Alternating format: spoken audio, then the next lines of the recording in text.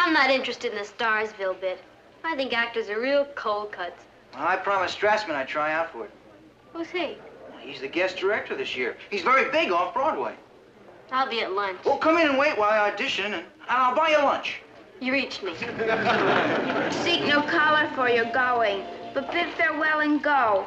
When you sued staying, then was the time for words. No going then. Eternity was in our lips and eyes. No. You're not ordering a banana split. You are Cleopatra, the greatest queen on earth, bidding farewell to her lover. Shall I try it again, Mr. Straussman? Over Shakespeare's dead body. Next. Here's your cousin. These are the words of the immortal bard. He has survived for hundreds of years. Please do not plunge him into oblivion this afternoon. I'll try not to, Mr. Strassman. I will appreciate it. England will appreciate it. Kathy didn't tell me she was going this route. Maybe she was planning to spring it as a surprise. Kathy's inner-directed. She's just square enough to think this is some kind of big deal. Hopes Svengali doesn't wipe her out. Nay, pray you seek no color for your going, but bid farewell and go. When you sued staying, then was the time for words. No going then. Eternity was in our lips and eyes. Thank you. How was I? I was moved, but not far. Can you wait in the wings, please? Next. When you sued staying, then was the time for words. No going then. Wrong. Go. Next. You. Come on, quickly. No, I'm with him. I didn't come to... Hurry, I haven't got all day. I'm no actor. Then you're in excellent company. Let me see if you can read your mother tongue.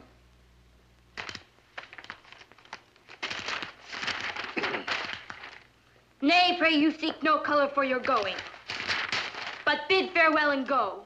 When you sued staying, then was the time for words. No going then. Eternity was in our lips and eyes, bliss in our brows bent. None our parts so poor, but was a race of heaven.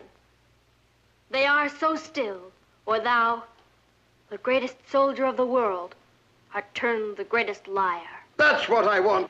That's it. You are Cleopatra. Me? You're raw, but you have fire. I've never heard a reading just like that. You have a spark that burns with honesty and glows with passion. You are an instrument that I can play upon, a clay that I can model. I never acted before. Oh, good. When I was in Hollywood, I directed dozens of... You directed in Hollywood? Well, I was an assistant director, actually, but it's the same thing. I worked with all the great stars. Garbo, Barrymore, Rin Tin Tin. What about me? Yeah, what about her? She's the talent in the family. Yes, I'm the talent in the family.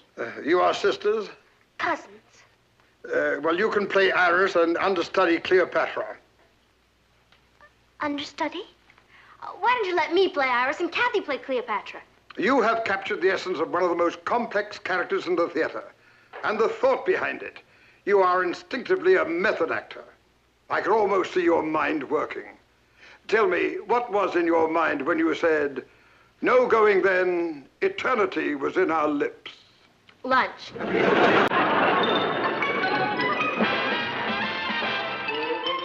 Meet Kathy, who's lived most everywhere, from Zanzibar to Berkeley Square. But Kathy's only seen the sights a girl can see from her lights. My crazy fair.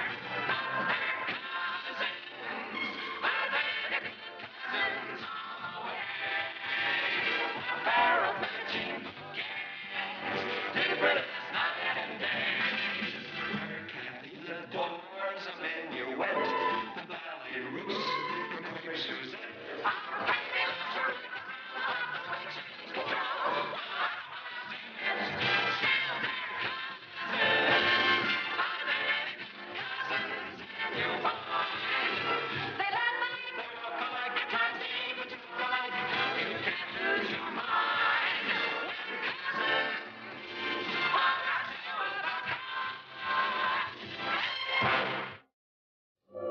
You should have heard him. He carried on like it was Ensville. It was clip time. I think it's very exciting that you have the lead, Patty. I didn't mean to take it away from you, Kathy. I guess I just swept him away. Well, at least you're playing Iris. Yes. There's no such thing as a small part. Only small actresses. Talent is what counts. Boy, this family's rotten with talent, and I mean rotten. Richard's gonna play Antony. That should deal history a mortal blow. This isn't just another play. It's Shakespeare. The greatest genius who ever lived. Very few people can do justice to the immortal bard. May I quote you? Martin. That's all right, Mother. Let him make fun of me. All great people have had to struggle against disbelievers. You see, I've been holding her back. She could have been Helen Hayes. It just so happens that Mr. Strassman thinks I can be a big movie star. He says I'm a natural. Who's Mr. Strassman? He's the guest director. He used to be an assistant director in Hollywood. An assistant director. You'll excuse me, I must rehearse now. In praising Antony, I have dispraised Caesar. I am paid for it now. Lead me from hence. In praising Caesar, I have dispraised Antony. Wow, are we gonna have to live with that? We must be patient, Ross. Patty belongs to the ages now. She might just surprise you, Martin Lane. Just think, when I woke up this morning, that little girl was just my daughter, Patty. Now she's Queen of the Nile. She's had quite a day. You know, I can't make up my mind. About what? What shape swimming pool we should have in Hollywood.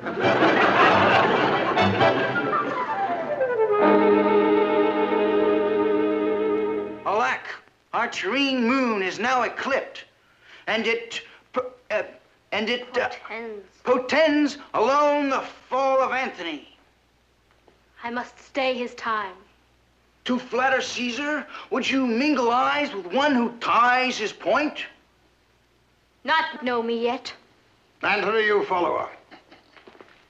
And remember, bathe the stage in colors. I want to see the reds of passion, the blacks of hatred, and the magentas of jealousy. I feel like a rainbow. Now go on, suffer. Together, with my brave Egyptians all, by the discanting of this pelleted storm, lie graveless, until the flies and gnats of the Nile shall bury them for prey. Bravo. Well, let our mamas rest a while. Did I suffer enough? I was moved. She sure is great, isn't she? I bet she'd really have a chance in Hollywood. Don't you think so, Mr. Strassman?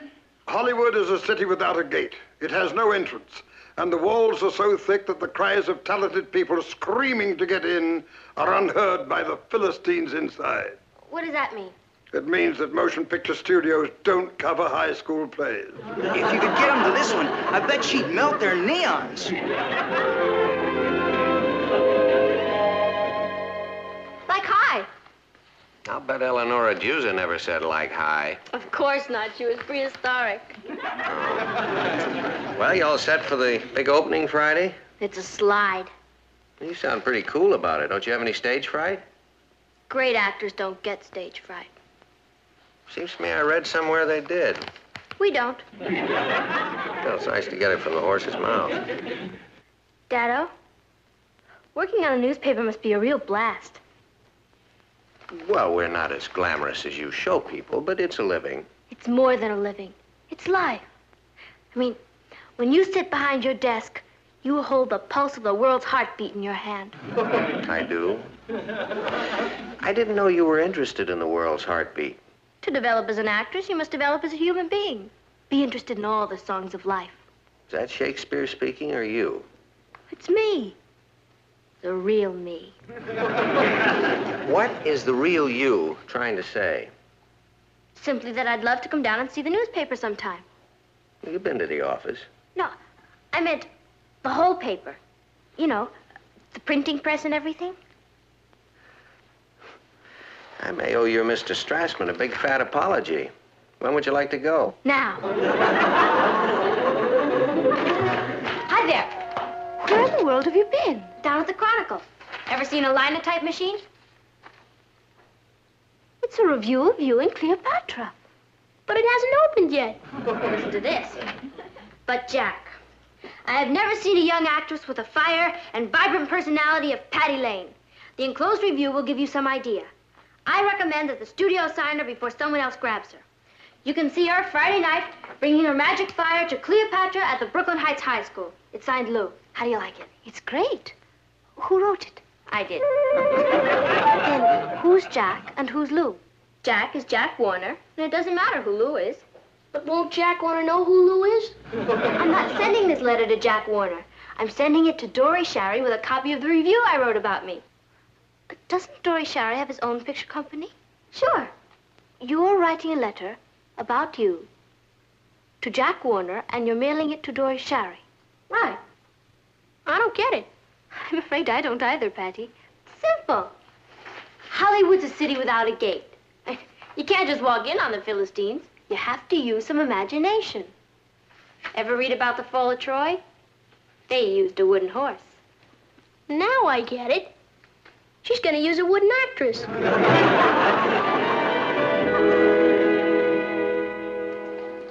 I don't understand this, Mr. Sherry. The envelope was addressed to you, but the letter is addressed to Jack Warner. It must have been sent here by mistake. Whoever they're talking about certainly seems to be talented. She's a talented con artist. This is the oldest trick in the world. Look, she even had phony reviews printed. Oh. Shall I throw it away? No, I like your initiative. Have someone cover the show for us. Yet have I fierce affections, and think what Venus did with Mars. O Charmian, where thinkest thou he is now? Stands he, or sits he? Or does he walk? Or is he on his horse? Oh, happy horse. Yes. I have to make a move downstage here. This is where Mr. Strassman wants some greens. You'll have to see a florist. Honestly, Kathy, I don't dig all that way out stuff. I just let go and do what comes naturally. Whatever it is, it's very effective. Better work Friday night. Oh, happy horse to bear the weight of Antony. Do bravely, horse. Cleo, Mom says to tell you soup's on. I simply cannot work with these constant interruptions. I must be let alone. Do you want me to tell Mom and Dad to move out of the house? Nobody appreciates what a terrible strain we artists go through. Let's eat. Child. All right, let's start from the beginning of scene 3. All right. The seats at 8 seats, second row center, are put aside for opening night. Oh, but I'm afraid the whole second row's been taken by the faculty, sir. Well, get them back. All the picture studios are asking for tickets. I can't understand it. They say that even Dory Sherry himself might be coming. Maybe he's heard of my work. Hey, where are the girls? Patty's in the kitchen rehearsing. Kathy's cueing her. They gave me a preview. Patty's surprisingly good. Boy, that's a mother's love. She has a natural acting talent. Oh, she gets that from my side of the family, my Uncle Ben. He was a used car salesman. I don't know about your Uncle Ben, but Uncle Dory Sherry's interested in her. He's ordered 4 tickets for tomorrow's opening. The Dory Sherry? That's right. Somebody wrote to him about Patty. Wonder who that could have been. Martin, what if Patty decides she really wants to be an actress? We'll send her to a good psychiatrist. Patty, would you like some hot chocolate? No, thank you, Mama. I have to watch my figure. Cleopatra didn't. How do you know? She was before your time. I've seen pictures. I just came in to say goodnight to all you dear, sweet people.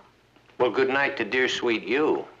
I want to let you know that no matter what happens after tomorrow night, I'll never forget any of you. That's a very comforting thought. And we will never forget you. Are you planning on running away? After tomorrow night, you may all be in for a big surprise. But no matter where I go, I'll take you with me. Good night.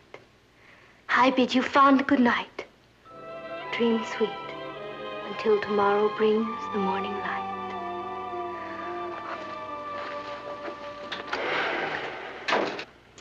I wonder if they could build us a ham-shaped swimming pool. In certain circles, that's called the prima donna bit. You know something, Natalie? I really admire her. I mean, she didn't go after that part. They came to her. But she's really worked at it. She rehearses night and day. And I think it's begun to broaden her interests. When we went down to the newspaper, she spent the whole afternoon in the composing room. Yeah. Good night, folks. Patty's going to be good tomorrow night. Good. She's going to be a smash.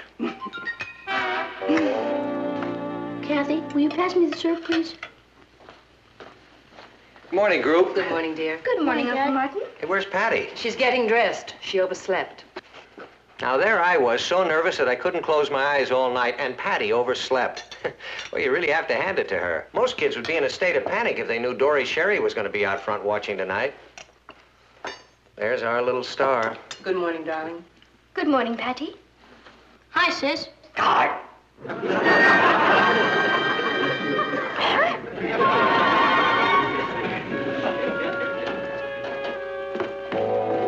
How is Patty? She still can't talk, but there's nothing wrong with her. It's psychosomatic, the influence of the mind or the body. Patty is terrified of opening tonight. But it's just a school play. Well, apparently she has a feeling that a great deal hinges on it. She has a fear of failing. And the easiest way for her not to fail is not to put herself to the test. So her larynx simply refuses to function. Why don't we try putting her in front of a telephone? Martin, Oh.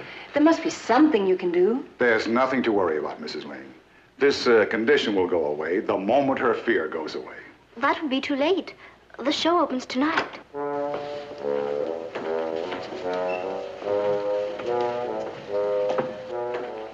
I'm so sorry.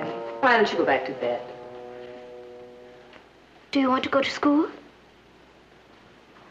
You want to go to school and tell them that you're not going to be in the play. What are you going to say to them? All right, once again, please. Well, there you are. I was getting worried. We can't have anything happen to our leading lady on opening night. Now, I'd like to run through the death scene once more. Get the ass. Do we really have to? What are you whispering for? We can release 4 seats, Mr. Strassman. I just got the message that the group from Warner Brothers isn't coming. I'm ready to rehearse the death scene, Mr. Strasberg. Well, but Dory Sherry will be here, sir.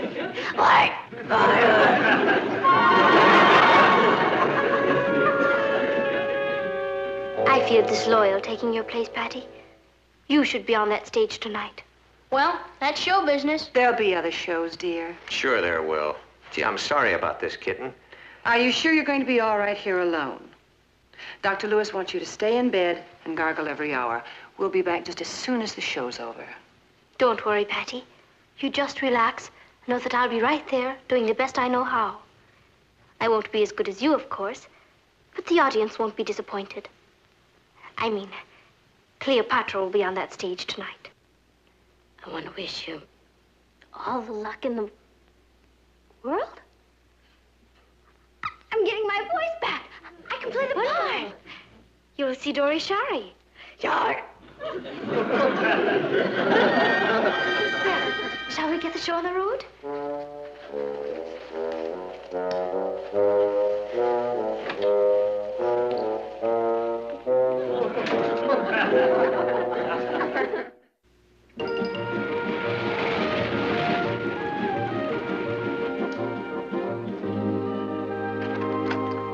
Well, Kathy, I just dropped in to tell you not to be nervous. I'm not. Oh. Well, you'll be fine. But just remember, speak up. Ringing tones. Not now to hear thee sing. Not now to hear thee sing. Well, that's the general idea. And remember the colors. I'll try. All right, break a leg. Break a leg. Not now to hear thee sing. Not now to hear thee sing. Not now to hear thee sing.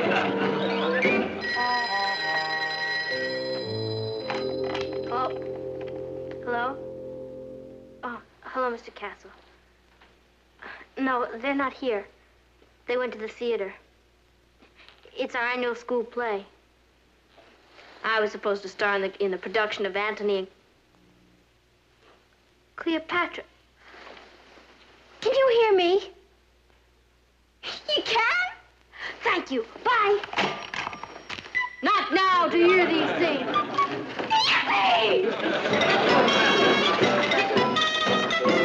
Quiet, everybody. Curtain's going up.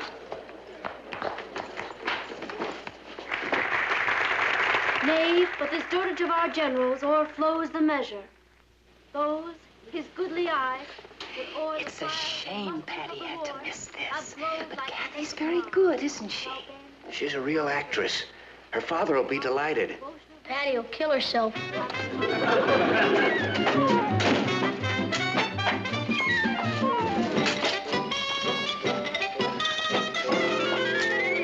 You're doing fine, Kathy. Do you really think so? Mean it. Mean it. It's dying. There's no fire. And they say we shall end battle by the second hour in the morning. Where's the Queen? That's your cue. I'm sorry I'm late, Mr. Strassman, but I couldn't help it. No, but over there. You're supposed to enter from over there. Thank you. Oh, no, never mind. It's too late now. Go on from here. The Queen, my lord, the Queen. Oh, my lady, I have news. I stand here. I have news. Speak up and answer my forebodings. I talked to Caesar, O Cleopatra. I cannot hear you. I've talked to Caesar, O Cleopatra. Come, falter not, but tell me the tidings. Yes, tell me, ere my heart is melted in its own anguished fire. The message, I implore you. The message, I implore you. Anthony? The news is evil. He sends so poor an opinion of his wing, which has superfluous kings for messengers. Agrippa has begun to fight. Caesar's will is that I shall be taken alive. Oh, Anthony. How heard you this? Secured for me this message, written in the greatest of secrecy.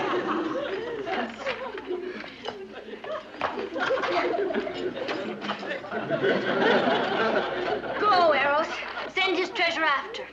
Detain no jot, I charge thee. Agrippa has begun to fight. Caesar's will is that Antony be taken alive. That is verily what it says. Go to her and comfort her, my lord. These arms shall await your return. So shall these. I am finished with thee, with both of thee. I bid you adieu. Give me my robe and my crown. I have immortal longings in me.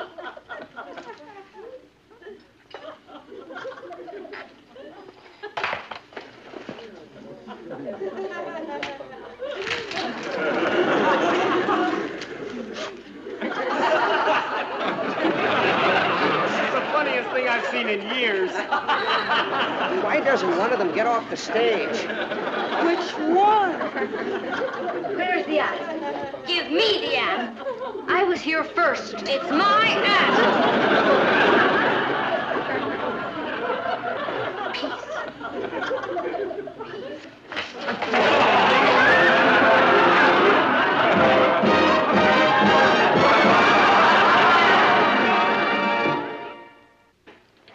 It's all my fault. I should have gotten off the stage when you came on, Patty. I just got caught up in the part. I'm sorry. It was all my fault. I never should have barged in on you. You were in the middle of a show. Well, you should hear the audience. We're a smash. It's the best comedy I ever directed. I want to thank you for one of the most enjoyable evenings I've had in years. Oh, my name is Ryan. I'm a talent scout for 20th Century Fox. You were excellent, young lady. Thank you, Mr. Ryan. But you, you were sensational. Her name's Patty Lane. L-A-N-E. She's my sister. She's our daughter. Oh, well, you must be very proud. I think you've got a movie star on your hands. We have a picture coming up with a part that's perfect for you. You can come in tomorrow with your mother and father and discuss contracts. What do you say to that, Patty Lane?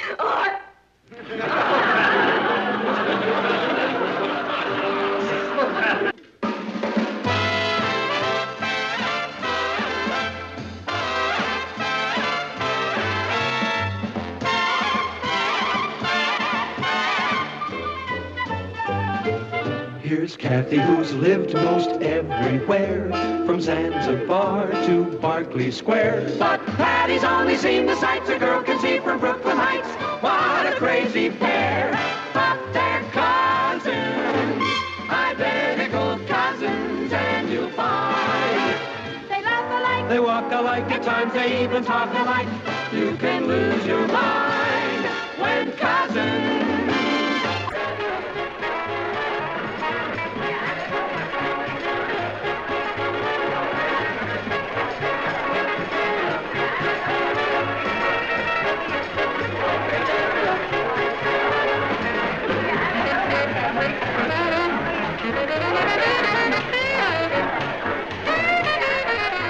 Hello. Hey, chick, let's swing.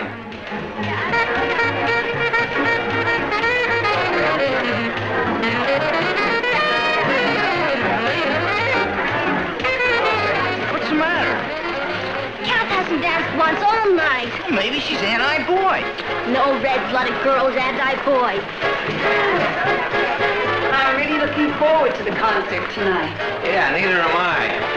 Why can't we stay home tonight? It's our house. Because Patty's entertaining and she doesn't want the Flintstones around. Maybe we could get a visitor's permit.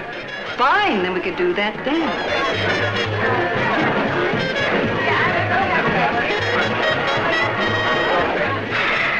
Let's go.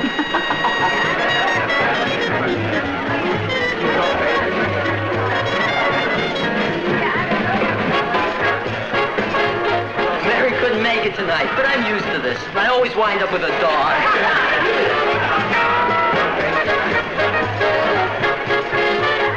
Would you care for some punch? Hey, Patty's the really Lady One, isn't she?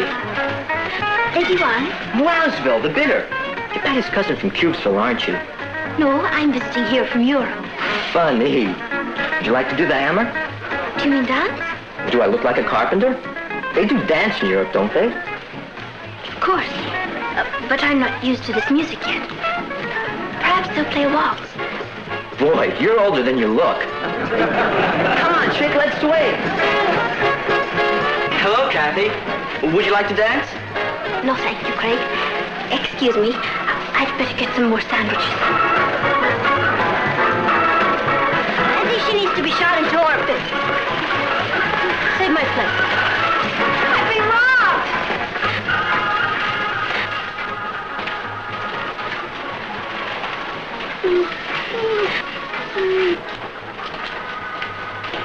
Hello, Tiger. Well, at least you love me. Henry, you just don't understand Kathy. What's to understand? She's musty. Too inferior. She's afraid. I'll clue you. Who needs a girl who's best from the neck up? Kathy's not just an ordinary girl. She's traveled all around the world. Her father's a foreign correspondent. And the only reason she's living with us now is because he wants her to finish her school here.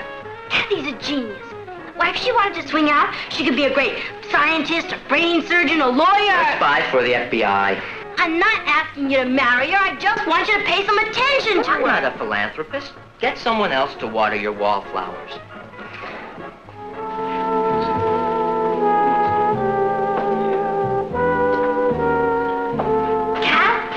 Harry's just dying to dance with you. Yeah. I'm terribly sorry. I just got this sudden headache and I'm going to bed. But it's chow time. I'm not very hungry. I am. Let's eat.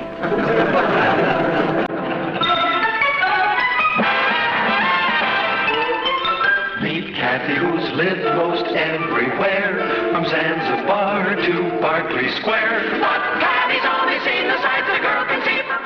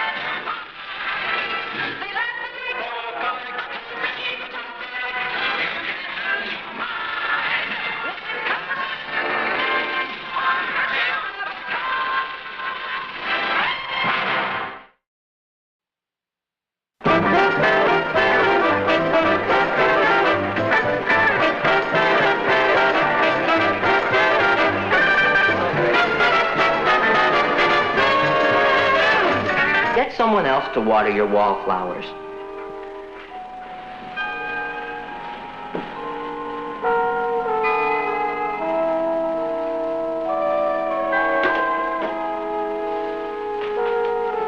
Hi, Kathy. Can you have chow with me, and then we'll cut it and cool it and make the big scene? Later, Pound Cake. I've got to dig Kathy. She's Lady One, Wowsville. Kathy, I've got 2 front row seats for the latest hit play. Excuse me, Patty. I'm going to try and get a date with Kathy. I'll bet she's the most popular girl in the whole world. I'll break my date with Patty and take you bowling. You promised to have dinner with me. Please don't fight over me. It's too embarrassing. I'm afraid I'm all booked up. The only night I have open is New Year's Eve, 1973. You don't have to go bowling. Frankie Avalon opens tonight, and I've got a buddy who can get us in. I'm terribly sorry, Richard. I have an engagement for this evening. That must be he. Ta-ta.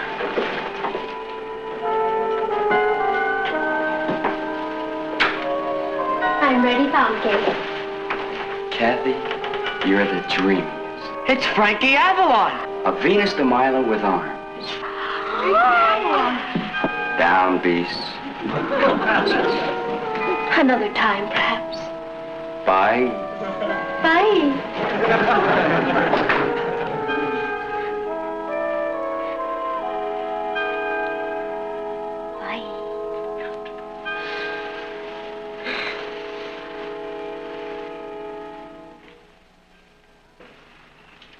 How was the party last night? A swinger. You should have seen Tiger dance the hammer. That's a sight I could do without. Did you enjoy the party, Kathy? Oh, yes, Aunt Natalie. Boy, you sure go with a bunch of loudmouths. I couldn't sleep. I know. You were too busy sneaking downstairs. It's my house, too. I got a permit.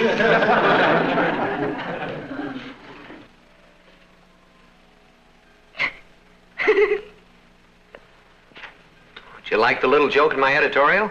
I'm not reading your editorial. That figures.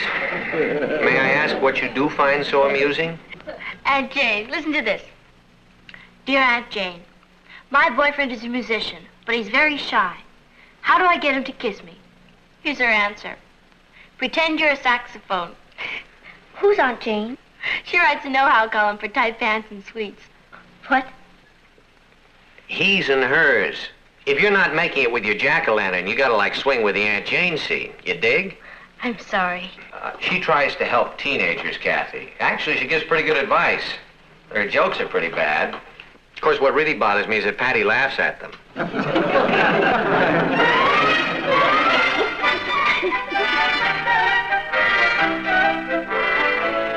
Dear Aunt Jane, I sincerely hope you can help me with my problem. I would like to change my image.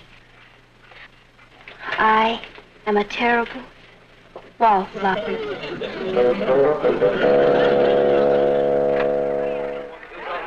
I've had wardens in my time, but old man Millhouse is a monster's monster. Oh, he's an excellent teacher. I believe... Just what we need, an excellent teacher. I bet he gave us that extra Latin homework just so we'd miss the basketball game. With a teacher like him, you don't have to bother studying. You've already flunked. Where will we work? In the kitchen. At least we can keep our strength up. Come on, Cat. I'll be along in a minute. Okay, later.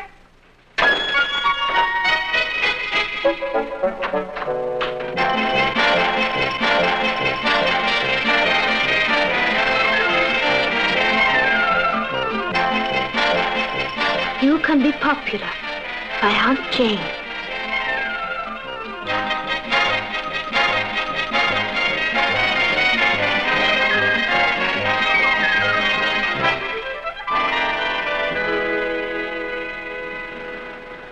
Anyone can be popular, but there are certain rules that you must follow.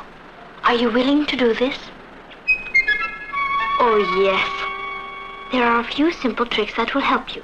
For instance, when you are with your date and you find yourself tongue-tied, smile. Wider. Rule 1. Popular people are generous people. They give of themselves. Offer to help your friends. Yes, I'll do it right away. You're a smart boy.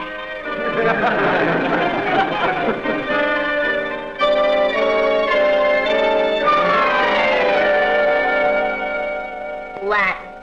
Why couldn't the Romans have spoken English like everybody else? If they did, we could be at the basketball game right now. Yeah. I finished my Latin thesis. If any of you are having any trouble with yours, I'd be delighted to help you. She's pure mind. She gets an A+ in Latin. You sure you don't mind? Gee, this is wonderful.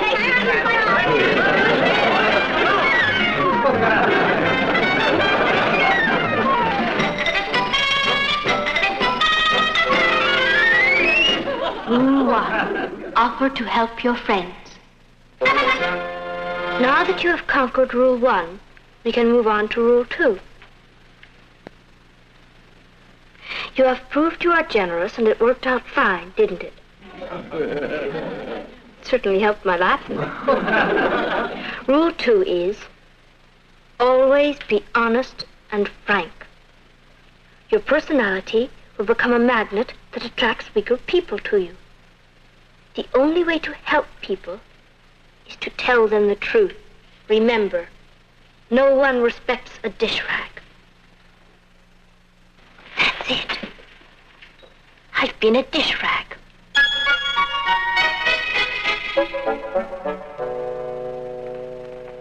Hi, Kat. Hello, Uncle Martin. A letter from Father. Oh, really? Mm-hmm. He's in Paris. I'm home. Hello, Aunt Natalie. Hi, Kathy. Patty. Hi, Mom. I was worried about you. The gridiron dinner starts at 7 o'clock. I'm sorry I'm late. I stopped to pick up my new dress.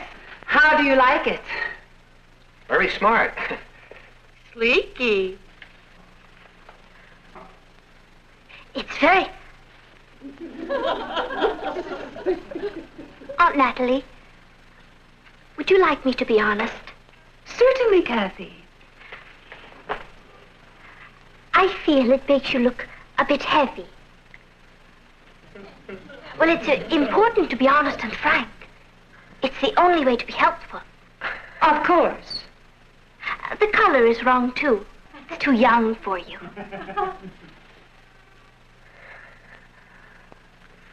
Thank you for your honest and frank opinion. If you'll excuse me, I'll go change into something thinner and older. Oh, now, honey, don't get your feelings hurt. It does make you look a little hippie. I think Kathy was right to be frank. Nobody likes a dish rack. That's right. Is it? Then you might take off the one you're wearing around your neck. This? Well, you love me in bow ties. That was 20 years ago. Your neck was thinner. It makes you look like Joe College. Why didn't you tell me this before? You never asked me before. Well, Natalie, Look, folks, don't let's start an argument. As long as it's Truth Day, young lady, I'd like to tell you about your irritating habit of constantly interrupting. I was only trying In to fact, stop. your manners in general could stand a great deal of improvement. Excuse me. Yeah, excuse me. You're too shaggy. Excuse me.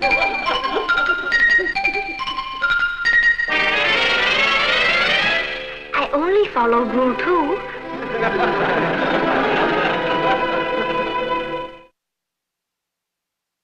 By now, you should be making definite progress on the road to popularity. Where did I go wrong? To have people interested in you, you must be interested in them. I am. And you must let them know it. Ask questions. Nothing flatters a person more than to be asked about himself. The more you want to know about them, the more interested they know you are. Rule 3. Be interested. Ask questions.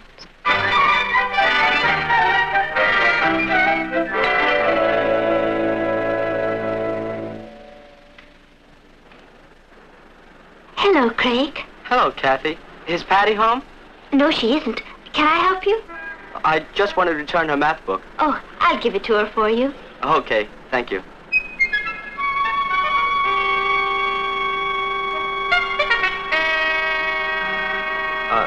I never did thank you for helping me with my Latin. That's all right. It was really nice of you. Well, I mean, you don't find many girls who go out of their way to help you with your Latin. I was glad to do it. You're a very unusual girl, Kathy. Am I? Maybe it's because you were brought up in Europe. But you're awfully continental. In a nice way, I mean. And you're very honest. Rule 2. What? I make it a rule 2. Oh. I mean, nobody likes a dish rat. I never thought of it like that. You're very interesting. I'm usually pretty shy around girls. But you're very easy to talk to. So are you. I'm usually shy around boys. You? Oh, you're kidding me.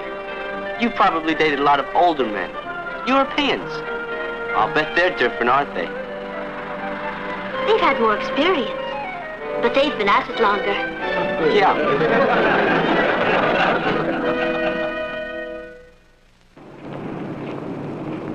I guess you must find us pretty boring. I mean, it must be hard for a beautiful genius like you to find someone interesting to talk to. Thank you. It's not that hard. For example, I find you very interesting. You do? Definitely. I think you're very unusual. I suppose I am. Well, I dream a lot. Well, I mean, I have plans. I know what I want to do with my future. I feel you have to know what you want to be, and plan for it, and work for it. Certainly an admirable attitude. What are you going to be, Craig? Either a movie star or a dentist. That's wonderful. Well, I've sure enjoyed talking to you. Bye. Bye.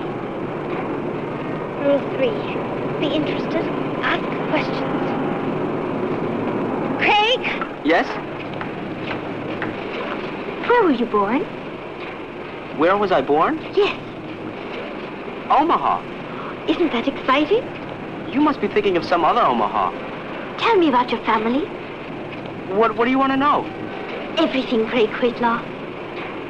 Whitlaw is a very unusual name. Know something. What?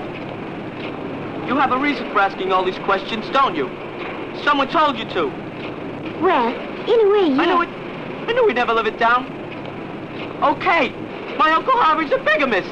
That's why we changed our name and left Omaha. But it's no use. No matter where we go, there'll always be some snoop digging up our family skeleton.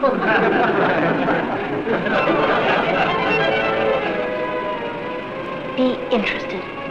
Ask questions. Cap?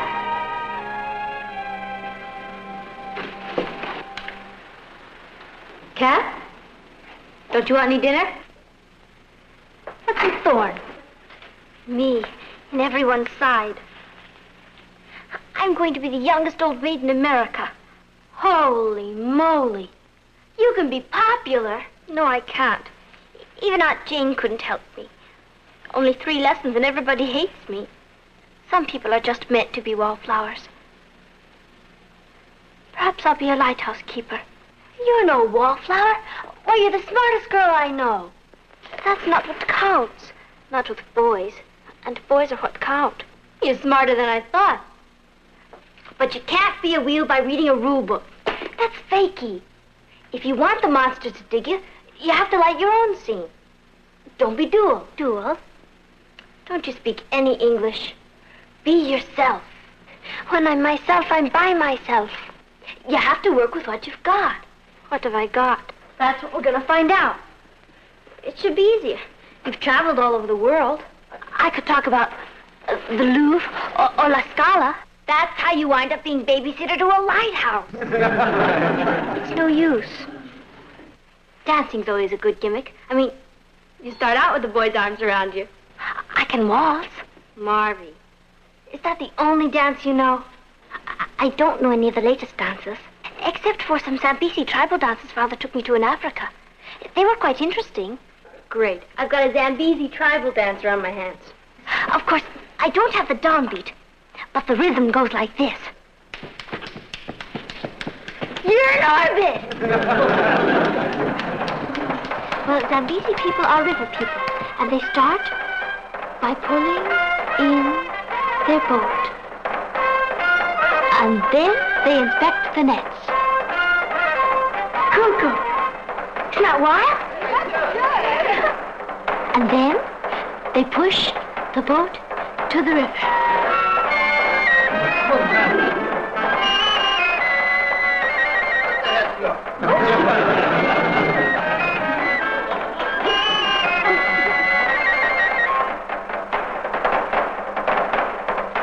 Something she picked up in Africa. On safari. Crazy.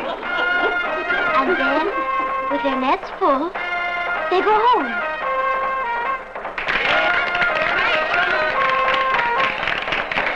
Kathy, show me this part again. Oh, well, that's pushing No, down. show me this one. Oh, now let me see. How about this part? Pushing the boat and then rowing in No, how about this one, Kathy? Show me. Why don't we all learn it together? Let's start with pushing. It's an authentic African tribal dance. Yeah? And then... Boy, I really dig that exotic bit. Let's try it. No, I gotta get some pointers from Kathy.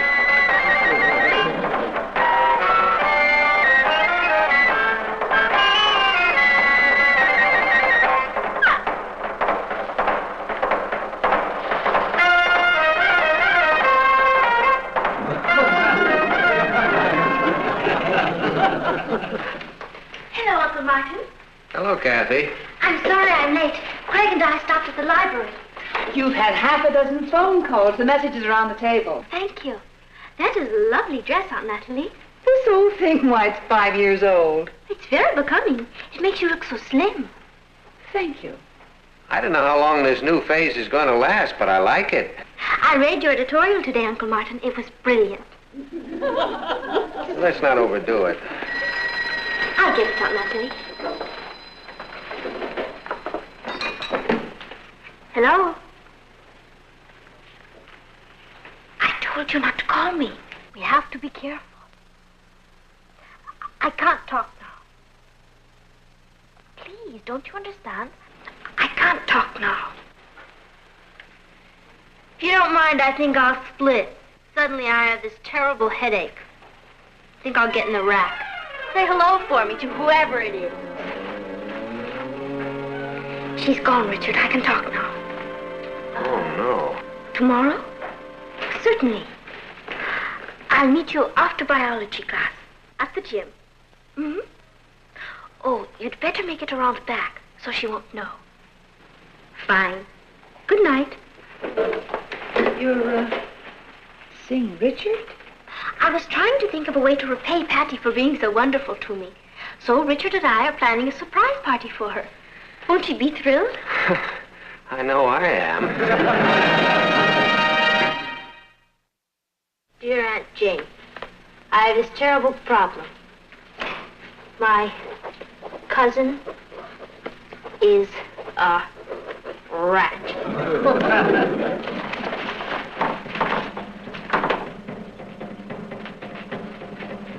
She's been trying to steal this beast I've been going with.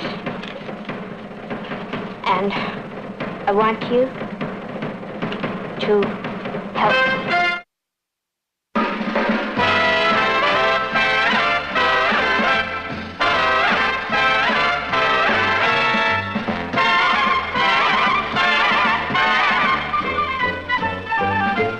Here's Kathy, who's lived most everywhere, from Zanzibar to Berkeley Square. But Patty's only seen the sights a girl can see from Brooklyn Heights. What a crazy pair, but they're cousins, identical cousins, and you'll find they laugh alike, they walk alike, at times they even talk alike.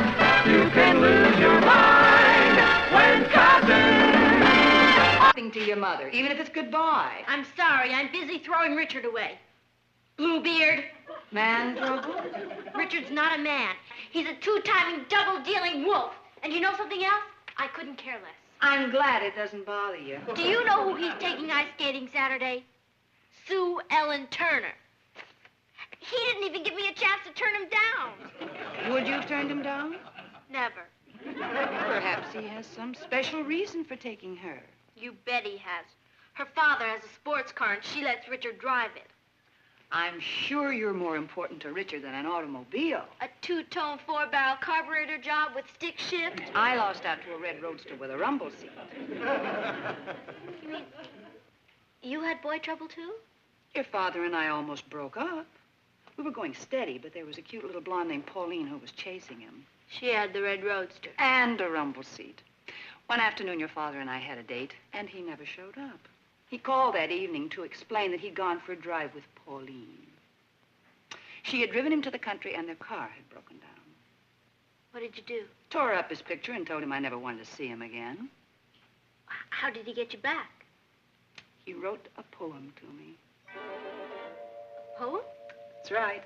A beautiful love poem. I was so flattered, I married him a week later.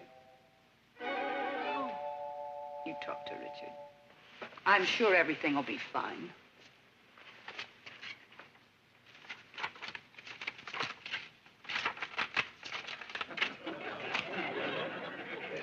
Poem.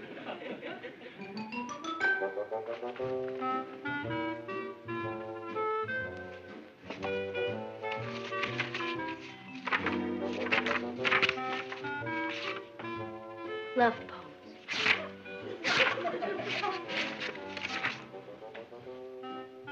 When Love Has Gone, by Charles Worth Remington. When love has gone, love has gone. The skies cry bitter rain. The skies cry bitter rain.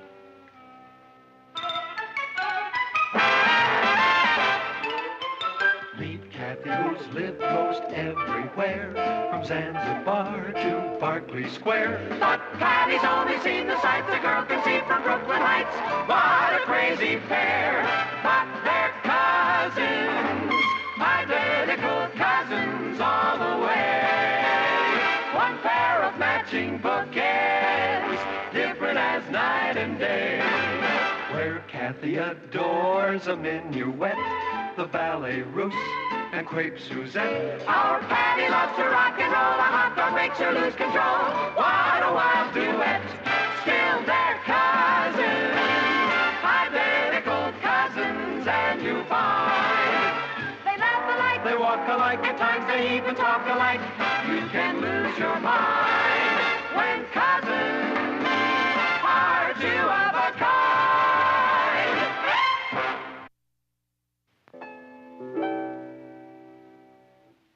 Well, that's lovely, Kathy. What do you call it? I don't have a title for it yet, Aunt Natalie. How about Stardust? You're very talented. Thank you. I studied composing when Father and I were in England. I had to give it up when he started traveling around Europe for the newspaper. Have you heard from him this week? I got a letter this morning. He's in Bombay. Happy afternoon, everybody, dear. Richard's taking you ice skating Saturday. How did you know? I'm psychic. He chose you over a sports car? He's sick. How'd you like to be a test pilot in a rat trap factory? Boy, when I grow 6 more inches, am I gonna get you? Sibling. How did you get Richard to change his mind? I wrote something for him. A check. Ross, don't you have homework to do? No, I want to stay here. I gotta learn to protect myself from girls. Ross. Bye. I'm going. What did you write? A poem. You didn't. How does it go? You know, just like any other poem. Well, let's hear it. All right.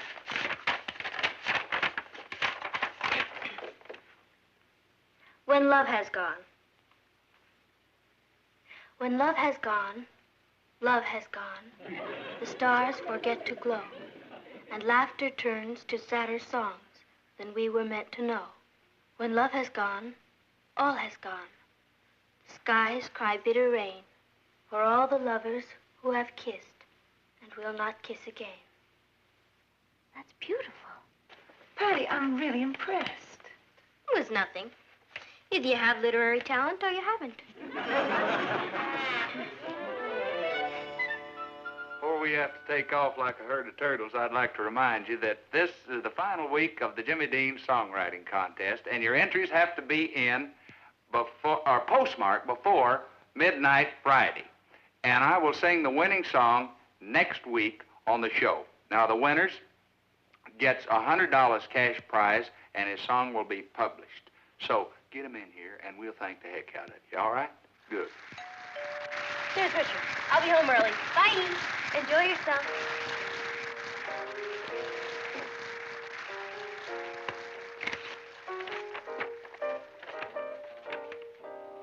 When love has gone, when love has gone, love has gone, the stars forget to glow.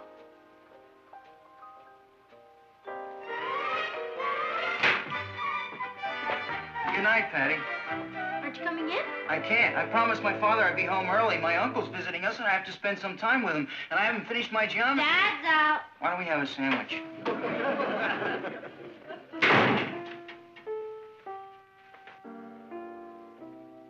Hi, Cat.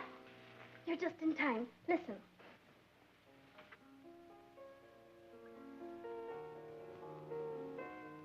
When love has gone, love has gone, the stars forget to go. She's playing my song. Laughter turns to sadder songs than we were meant to know. When love has gone, all has gone, the skies cry bitter rain for all the lovers who have kissed and will not kiss again. Kathy, that's great. You're a real talent. I'll say it's good enough to be in the Jimmy Dean Song Contest. No, it's not. You could win $100. Money isn't everything. Well, you want everybody to hear your song, don't you? No. Some things are sacred. Do you really think we'd have a chance? No. Of course not. There are probably millions of entries. What do you got to lose? You. What? You wouldn't want us to commercialize our talent, would you? I don't understand you, Patty. You usually have more angles than Sergeant Bilko. And now you got a chance to win $100 and maybe be famous, and you don't want to invest in a 5-cent stamp. You're right, Richard. I'll mail it in the morning. Don't bother. I'll do it for you. No. It's my song. I'll mail it. It's all the same postal service. Do you know what it'll mean if you win? Do I? Well, I'll be immortal. Like Whistler's mother. Don't worry. I'll mail this in the morning. Good night. Rich! I've written a lot of music, but I've never had anything published. What do we do if we win? About 7 years. Kathy, we've got to get that song back from Richard. You don't like my music? I love your music. That's the point. It might just win. Then what's the matter? I'll show you what the matter is.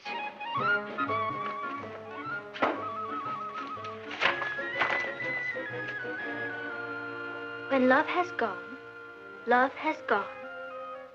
Stars forget. Patty, someone's stolen your poem. Boy, you really love me, don't you? I stole it. Patty, how could you? With my crooked little pencil, that's how could I. But I only did it to get Bluebeard back. I didn't expect it to go in any contest. Now do you see why we can't enter it? Do you know what they can do to you for plagiarism? No. Neither do I, and I don't want to find out. But we'll just have to tell Richard the truth. Have you ever seen Sue Ellen on ice skates? If Richard takes her ice skating, I'm sunk. I know what we can do.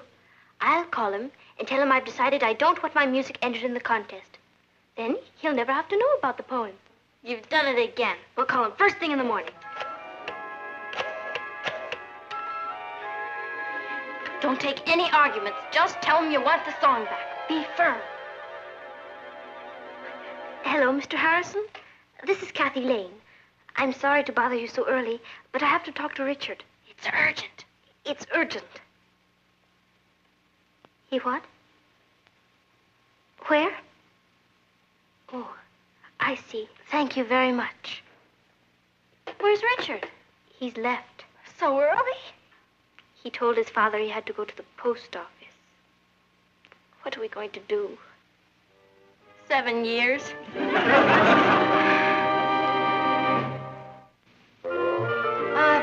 Papo, you're sort of an expert on everything, aren't you? Nobody's an expert on everything, but a good newspaper man has to know a little about everything. I'll bet you've had a lot of interesting experiences. I mean, like, running into cases of plagiarism? Plagiarism is a pretty serious matter, Patty. How serious? Well, it's a statutory offense. Plagiarists can be fined as much as $10,000 $10,000? and 7 years in jail. I don't think I'm very hungry. Would you excuse me? I'm not very hungry either. What if it doesn't work? Will you stop worrying? Would I get you in trouble? Yes. I know, it's really a great song, except for one thing. It stinks. Mr. Kramer, it has all the qualities of 3 coins in the fountain. It has one quality. It's all wet. No more songs today. My ulcer can't stand it. Mr. Kramer, we'd like to take a song back. What do you mean you'd like to take a song back? We sent in a song for the Jimmy Dean Song Contest. That's right. And we've changed our minds. We've decided not to enter it. Is that darling? They decided not to enter it. We've gotten over 50,000 entries.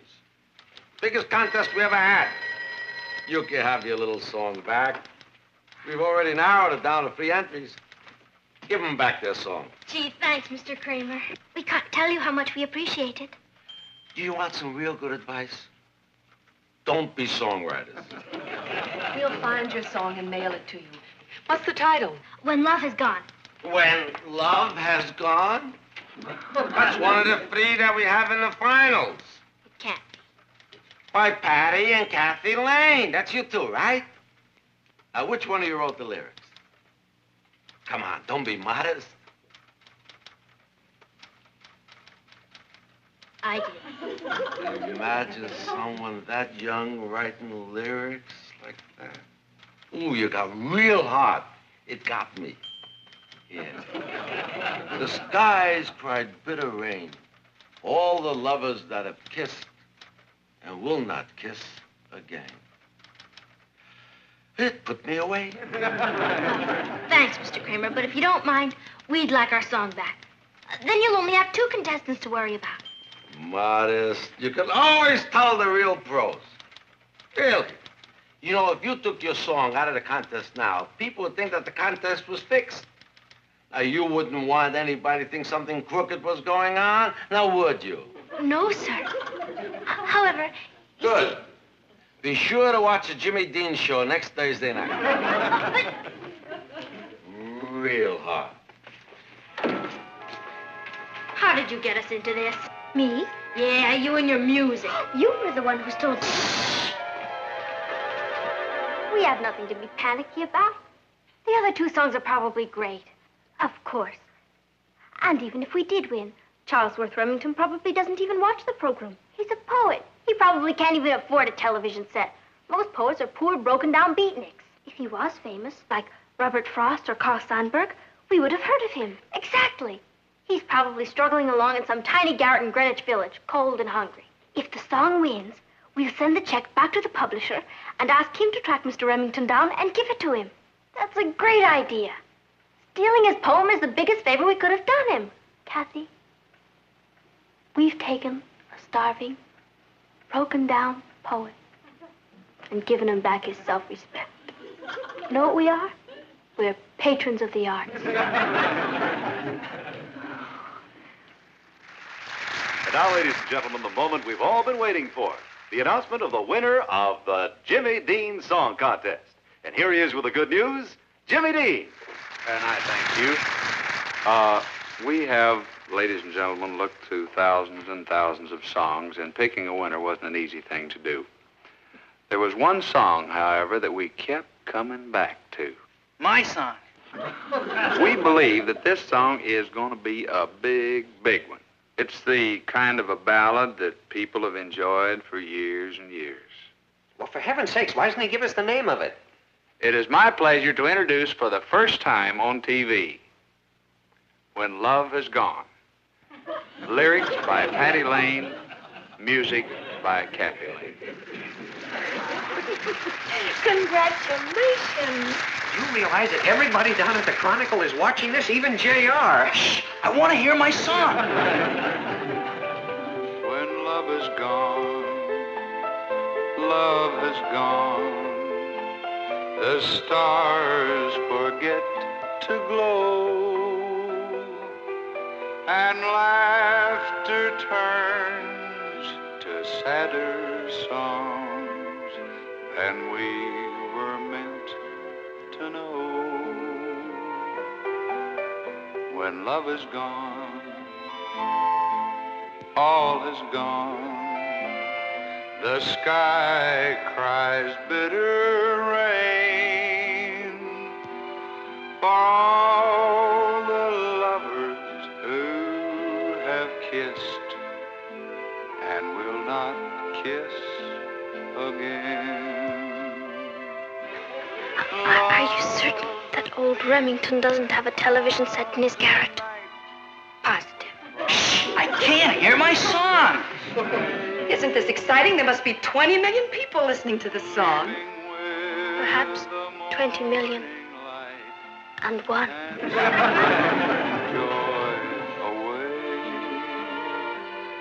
When love is gone, life is gone. The world's a spinning stone that's lost in space, and we must face our journey all alone. Our journey all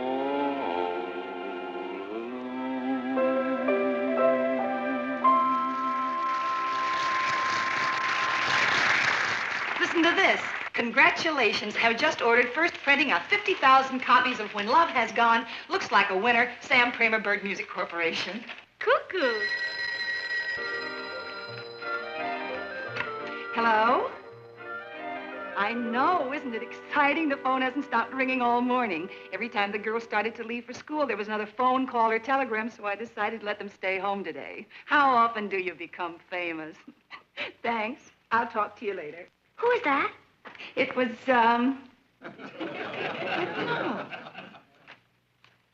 Here's an offer to do a week in Las Vegas.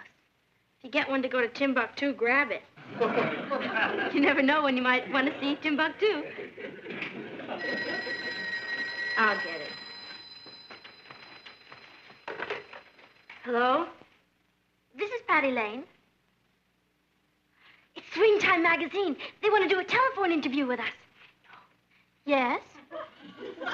How do I work?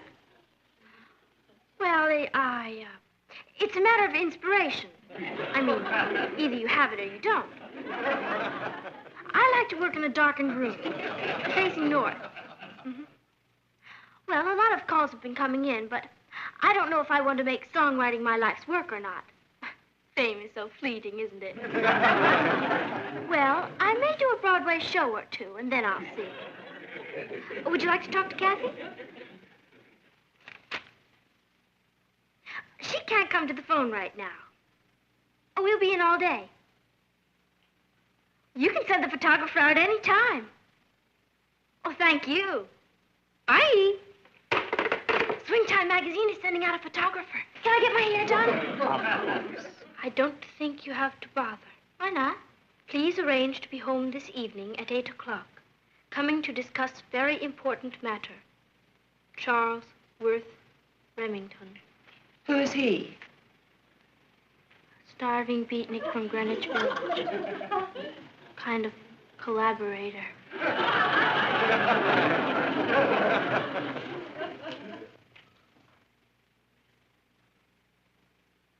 How serious is it, Martin? That depends entirely on Remington. He's probably boiling mad. And he has every right to be. He's not only been cheated out of his glory, he's been cheated out of his money. We didn't mean to cheat him. I have a hard time proving that. What if we gave him some money, in addition to whatever he makes on the song? We're going to have to. It's the only thing we have to trade. We'll put his name on the lyrics and give him all the royalties and offer him a cash settlement for damages. What if he refuses to settle? And we'll face that when we come to it. He either wants money or vengeance. That could be him now.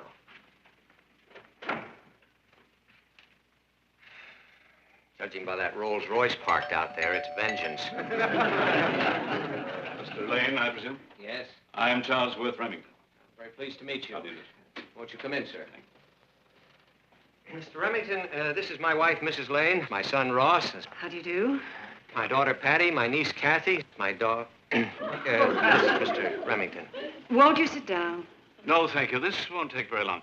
I'm here about that song that was played on the Jimmy Dean show last night. Yes, we know. You also know who wrote the words to it? Yes, sir. You did. That is correct. 25 years ago. It was all my fault. Kathy had nothing to do with it. I'm just as guilty as she is. I'm an accessory off to the fact. It was all my idea. Just let me handle this. Now, we are fully prepared to make any restitution you ask, Mr. Remington. Restitution for what happened last night? We'll do anything. You already have. You can say that again. I wrote that poem to a girl called Alice. She was the love of my life. We'd had a quarrel, and I wrote the poem to show her how I really felt about her. It got lost in the mail. Of course, I didn't know that. When I didn't hear from her, I assumed that she wasn't interested in me any longer, so I left the country. I went to Australia, where I started a sheep ranch. I became very rich, but I never forgot Alice. What I didn't know was that she finally did receive my poem. And she tried to call me to tell me that she loved me too. But of course, I had left by that time. She even had the poem published, hoping that I would see it. All these years that I've been searching for her, she's been searching for me too. We had just about given up hope of ever finding each other.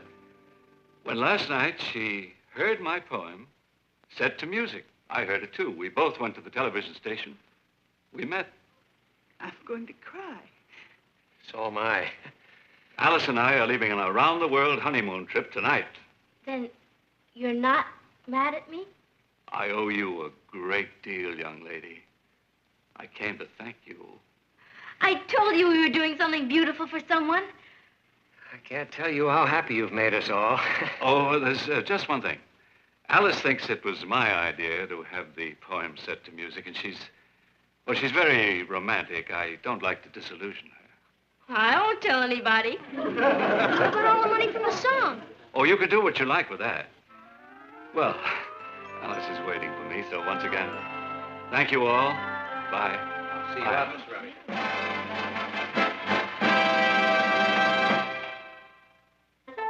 We're gonna make millions from that song. The first thing I'm gonna do with the money... To set up a scholarship.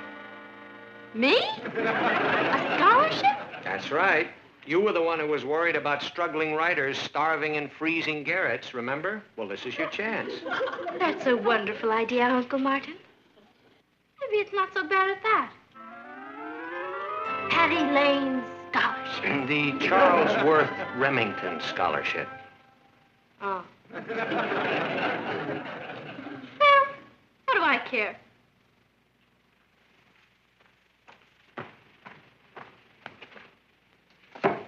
There's plenty more where that came from.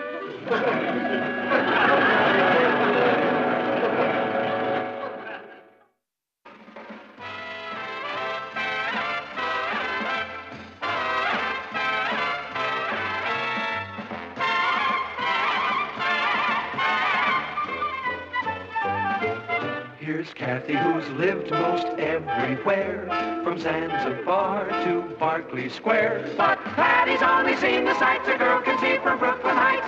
What a crazy pair, but they're cousins, identical cousins, and you'll find they laugh alike, they walk alike, at times they even talk alike.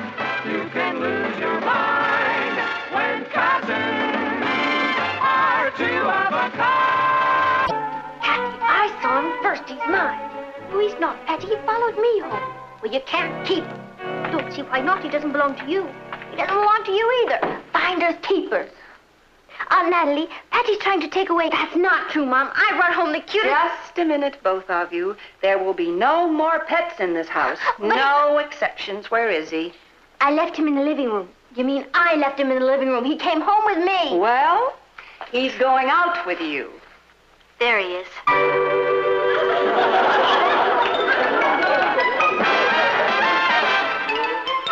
Meet Kathy, who's lived most everywhere, from Zanzibar to Berkeley Square. But Kathy's only seen the sights a girl can see from Brooklyn Heights. What a crazy pair! But they're cousins, identical cousins all the way. One pair of matching bookends, different as night and day. Where Kathy adores a minuet, the ballet russe, and crepe Suzette. Our Patty loves to rock and roll, a hot dog makes her lose control. What a wild duet, still they're cousins, identical cousins, and you find they laugh alike, they walk alike, at times they even talk alike. You can lose your mind when cousins are two of a kind.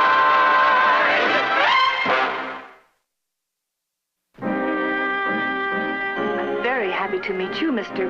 Cal, ma'am. Please call me Cal. Cal is from Bukhanistan. It's near India. Well, you are very welcome here. You are most gracious. This is the first home I have ever been in. Oh, you mean in America? I mean ever. Back home, don't you live with your parents? I am an orphan. I live with my uncle. It must be wonderful to have this kind of privacy. At home, 50 of us live under one roof. 50? Sometimes more. My country is a very poor one. I came over here to learn things so that I can help my people when I return. That's beautiful. Cal is here to learn American know-how. That's one of our best exports. How do you like America so far? Very, very much. The people are so warm. I see. Oh, that must be the cleaners. Oh. This is the first money I have ever handled. You mean the first American money? The first money ever. I mean, we are not allowed to handle money. Excuse me. How did you make out in your exams yesterday? I did well in some subjects. In others, what do you say, goofed. We have a lot in common. I'm terrible in school. The most difficult subject for me is American history. We are having a test on Friday. I was hoping perhaps we could stuff together. Stuff together? Well, you know, squeeze. Oh, you mean cram? That's it, cram. I'll help you, Cal. Who's going to help you? I know more about American history than she does. She's been brought up in Europe. I've had the advantage of living in Brooklyn Heights all my life. Would you like to stay and have dinner with us, Cal? Please do. I make very good potato pancakes. I would enjoy that very much. But unfortunately, tonight I cannot. I must be with my uncle. Then come another night. You come as often as you like. I'll see you to the door. I'll walk you home. It's about time. Where did you walk him to, Bukhanistan? Cousin dear, this is a free country.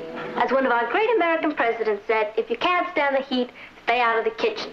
It's my kitchen. Cal came here today to see me. Then why did he walk home with me? Because you threw yourself at him. Maybe I did, but he caught me. I'm doing you a favor. Cal's not your type. And exactly what type is he? Well, he's dark and dreamy looking. That's my type. He needs someone who can teach him American customs. That's me. I'm as American as apple pie. Oh, and what am I? A wet crumpet. You should have heard him, Martin. He's never had any money in his life. He lives in a place with 50 people, and yet he doesn't feel one bit sorry for himself. All he kept talking about was going back to his country and helping his people. Sounds like quite a boy. He is. He's beautiful and very serious-minded. He came to this country to learn American customs. And which one of you two is helping him to learn? I am. Oh? Oh, don't look at me. I'm just the referee. Is this what they mean by the eternal triangle? I'll have to meet this boy.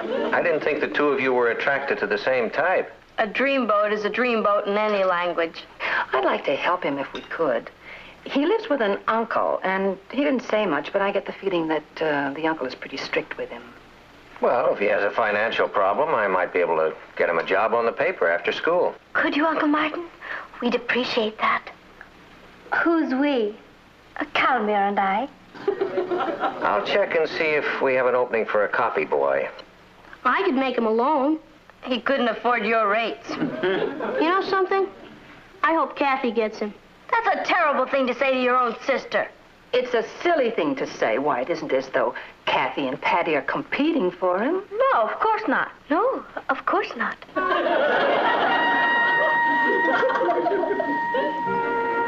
Now, next question.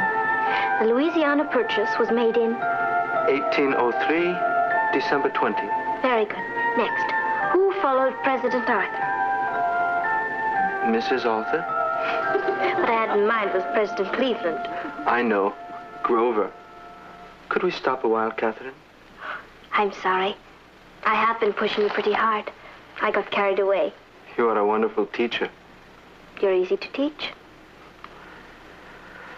There is so much to learn, so much to do. You can do anything you want to. You make me believe it. It's true. All you need is a dream, and you have one. What is your dream, Catherine? To make a chocolate souffle that won't fall. No, tell me.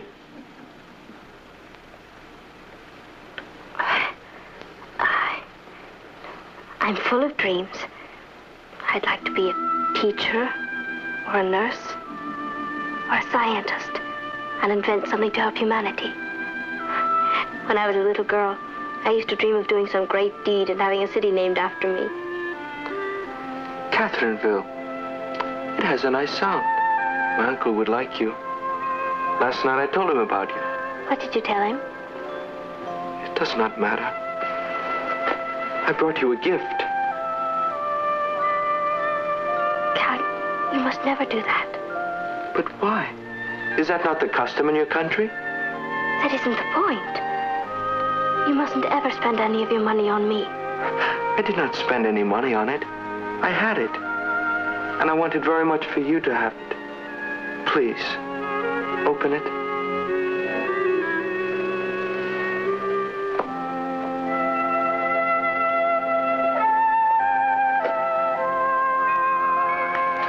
It's beautiful. Do you really like it? Very much. It will make a lovely paperweight. A paperweight? It is yours to do with as you wish. There you are. Well, sorry I'm late. Now we can all sit down and do our homework together. Let's see, here we go now. Who followed President Arthur? Mrs. Arthur?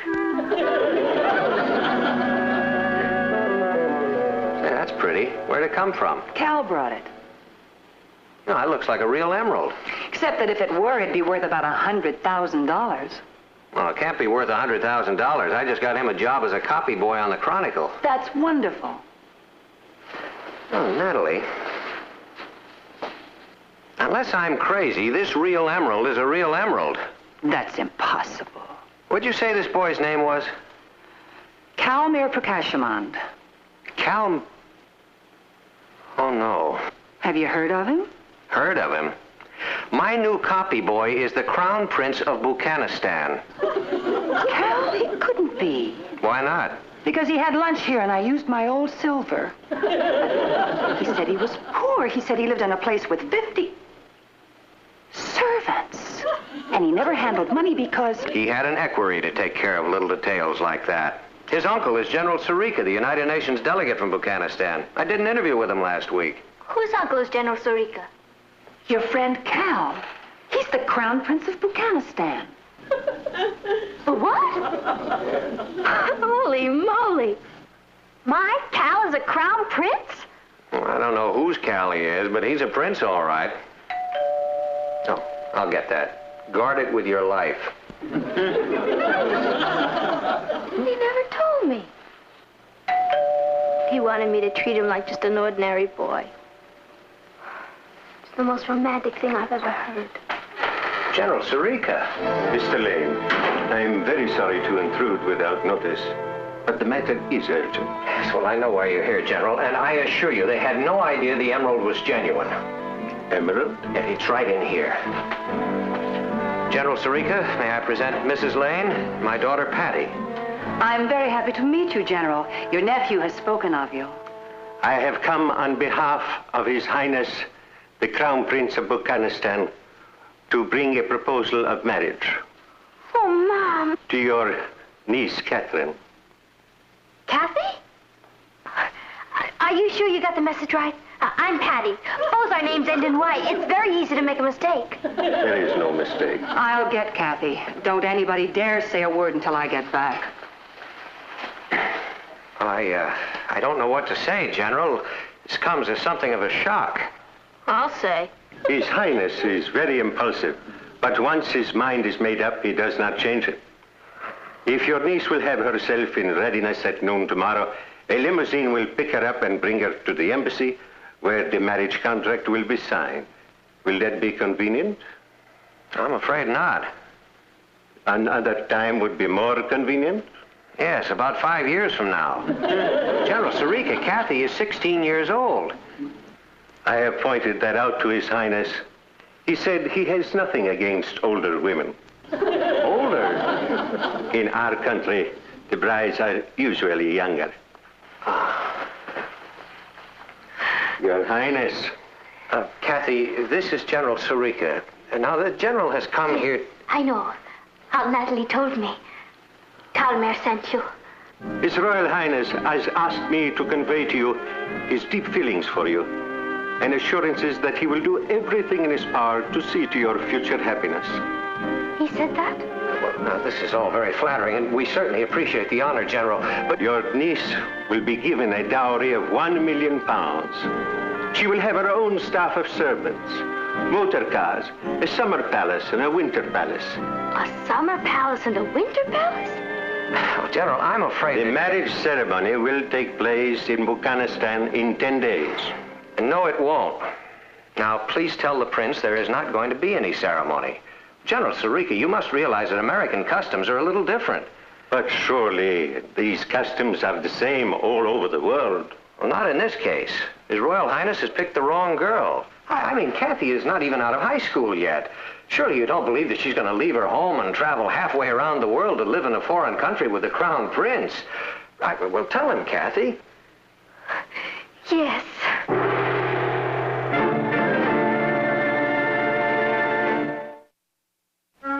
Martin, we've got to find a way to stop this. We're going to, but not by forbidding them to see one another. We've got to be very careful that Kathy doesn't get hurt.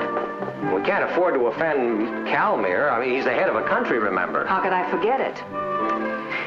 Why couldn't they have brought a cat home? What? Nothing. Hadn't we better send Kenneth a cable? And say what? Congratulations, you're going to be a father-in-law? Now, don't worry, Natalie. Believe me, Kathy will not go through with it. She's far too sensible. You mean she's too sensible to turn down a handsome young prince whom she loves, £1 million, a summer palace, a winter palace... Wait a minute. Whose side are you on? There's a lot to be said for the other side, Martin. And besides, Kathy loves Cal. How does she know who she loves? She's only 16. I married you when I was 17. Well, that was different. I mean, Kathy is attracted by the glamour, the fantasy of being a princess and ruling a country. It's storybook stuff. It does sound glamorous, doesn't it? Well, it's not going to sound so glamorous after I finish talking to her. I'm going to point out a few of the grim realities. She's going to be living in an underdeveloped country where there's a very high rate of poverty and living conditions are appalling. Don't worry. I'll knock that romantic little dream out of her. Oh, hello, Kath. Hello, Uncle Martin. You're home early. Yes. He has a lecture to give. I've had the most wonderful time. I've been out shopping with Calmer. Oh, what'd you buy? Matching elephants? Is it hers? Kathy, sit down. Your Aunt Natalie and I want to talk to you. Now, Kathy, you're only 16 years old. You just can't get married and go running off to live in a country halfway around the world. I agree. You do? I told you there was nothing to worry about. I talked to Cal and his uncle about it. I'm going to sign the marriage contract now, but I'm to stay here and finish school. I won't go to Buchanistan until I'm 18. Look books and maps Cal bought me. I want to learn everything there is to know about Afghanistan before I go over there. Well, I think I can help you. I'd like to give you a few facts about Afghanistan. Wonderful. Cal has already told me quite a bit about it. Did you know that its per capita income is one of the lowest in the world? The poverty and disease over there are incredible. And do you know what it's due to? No. Ignorance. They need schools, hospitals, roads. Cal and I have been talking about an irrigation project. If it works, it could turn a whole desert into farmland. Look, we could raise the per capita income 17% in the first 2 years. Isn't that exciting?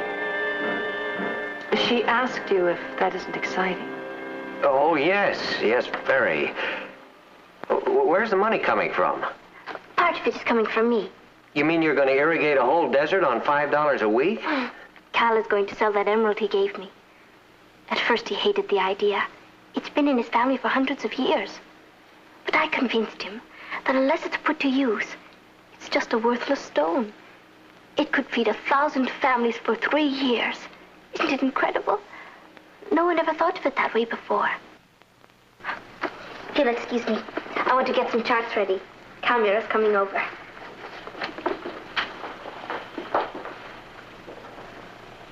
Well, you sure talked her out of her romantic little dream. What are we going to do now? Cable Candy's going to be a father-in-law. Come in.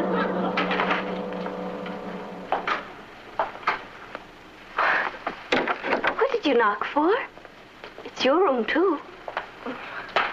I didn't want to disturb you if you were working on affairs of state or anything. What? If you want me to, I'll move into Ross's room and he can sleep on the couch. Don't you want to share this room with me anymore? Sure, but...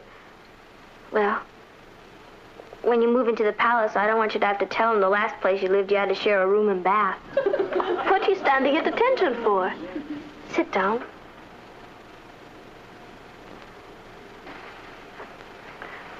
When do you sign the marriage contract? Friday? Gee, only 3 more days as a civilian. What do I call you? Princess or Your Highness? Is that what's worrying you? Patty, I love you. You call me Kathy, you silly idiot. Or better yet, Kat. You mean it? Certainly. I'm the good princess. Can I come and visit you at the palace? You'd better. I'd be dying of homesickness. No, you won't. You'll be too busy ruling everything. You'll have a suite of your own, and you can stay as long as you like. Cal doesn't have any brothers, does he? He has 7. 7? Bingo! Anybody home at the palace? Just us slave girls. Is Cal here? He stopped by to drop off a gift. You know, we have to find some way to make him stop giving these expensive gifts. I suppose so. Look.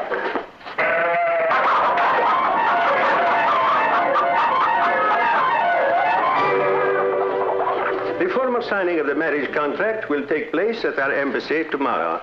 As a courtesy, however, we thought you would like to look up the various conditions now. Let me say it again, General. Kathy is a minor. Nothing she signs now will be binding. We understand that, Mr. Lane. It is really a premarital agreement. We would like to get this done now because my nephew must return home next week. When Catherine reaches her 18th birthday, it will become binding. Unless Kathy changes her mind. I won't. I will see to that. Now, as to the terms, it is traditional for the bride to bring to the royal family 10 water buffalo. Where am I going to find water buffalo in New York City? 50 camels. I might be able to find one at the zoo, but 50 camels? And the matter of money, the bride pays a dowry of all her worldly possessions to show her dependence upon her husband. How much money do you have? $7.25. $7.25. If you can wait until Monday, I'll have another $5. It will do. I think this covers the main points, but there are always these little difficulties with the first wife. first wife? Yes, the dowry changes in future marriages. Future marriages? What future marriages are those, General? It is a small point. In our country, a man may have as many wives as he can afford.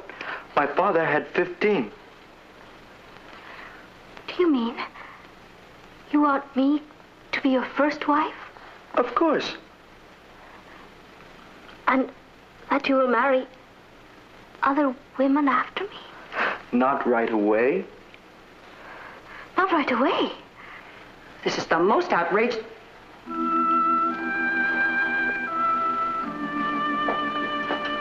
Why didn't you tell me this before? Well, I just took it for granted you knew. It is a way of our people. But it's not my way. When I get married, it's going to be for keeps. For keeps? To one man, with one wife. Me. It is nothing to get excited over. Different countries, different customs. You will get used to this. I don't intend to try. You don't mean you're refusing to marry me? You'd better find a girl when you get back home. In America, girls like it our way better. One to a customer. This is such a little thing. I do not understand. I will explain it to you in the limousine. I'm afraid there is nothing more to talk about. Just to say goodbye. Catherine, perhaps if we discussed this, you would change your mind. No. Good luck with the irrigation project. Thank you.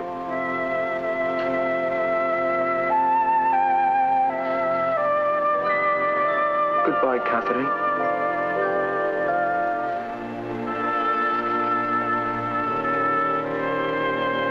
I'm so sorry, Kathy. Are you very upset? No. Just a little numb. Do you know, I was almost a princess.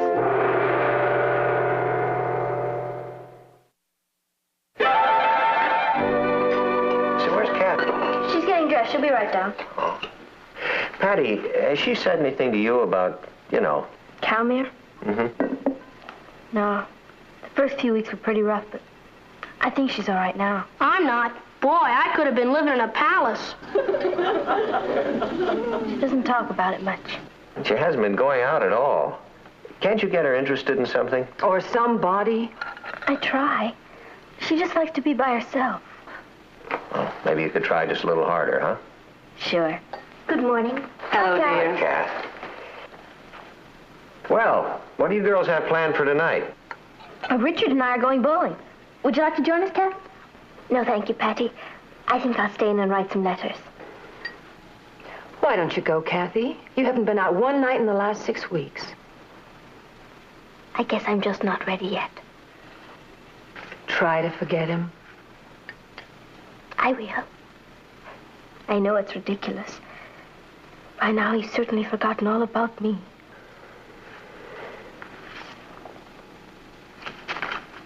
Has he? It's from Buchanistan. What is it? Look at the postmark. It's from Catherineville.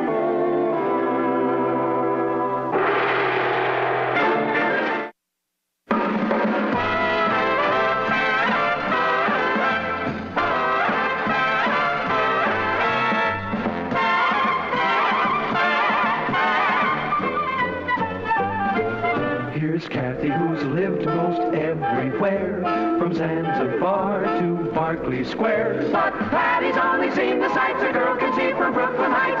What a crazy pair! But they're cousins, identical cousins, and you'll find they laugh alike, they walk alike, at times they even talk alike. You can lose your mind when cousins are two of a kind. Gee, it's going to be be exciting having Uncle Kenneth here for Christmas. Can we all go to the airport with Kathy to meet him? Of course. Hey, where is Kathy? In her room, wrapping more presents for her father. Christmas Eve will be here tomorrow. Monday the banks will let me borrow. Will you please help me out of this? Certainly, brother dear. Thank you, sister dear. Brother dear and sister dear. Those are the first civilized words they've exchanged since last Christmas. Would you see if there's another string of lights in the basement, Ross? Certainly, mother dear. Wouldn't it be great if we had Christmas every day? I'd be bankrupt by February 1st. Here are some more presents to go into the tree, Aunt Natalie. All those? You must have spent next year's allowance on gifts for your father. I may have to float alone. I simply can't believe Father will be here tomorrow. It's been almost a year since I've seen him. In just 7 hours and 10 minutes, he'll be boarding a plane in Brussels. Oh, I'll get that. You keep trimming. Well, good evening, J.R. I've been trying to get you on the phone for the last hour. Well, I guess Patty must have been using it. Is anything wrong? There's a revolution going on in Kurdistan. Yeah, I know. What you don't know is that last night one of our foreign correspondents evaded their border guards and entered the country illegally. He's been arrested and is being held in a government prison. One of our foreign correspondents? Your brother Kenneth. Kenneth? Kenneth Lane of Chronicle accused of espionage and inciting a revolution. Well, that's impossible. Kenneth is in Brussels covering that trade conference. That's what he's supposed to be doing. He flew over to Kurdistan without telling anybody. The rebel general's an old buddy of his and smuggled him into the country. Well, that's good. Is it? We're in trouble with their foreign office, our State Department, and the head of a foreign government. They've had me on the carpet all morning. I'm sorry about that, J.R., but we've got to do something about Kenneth. Yes, I intend to. If your brother Kenneth ever gets out of jail, he's fired. You're firing my brother? No, you are. Merry Christmas.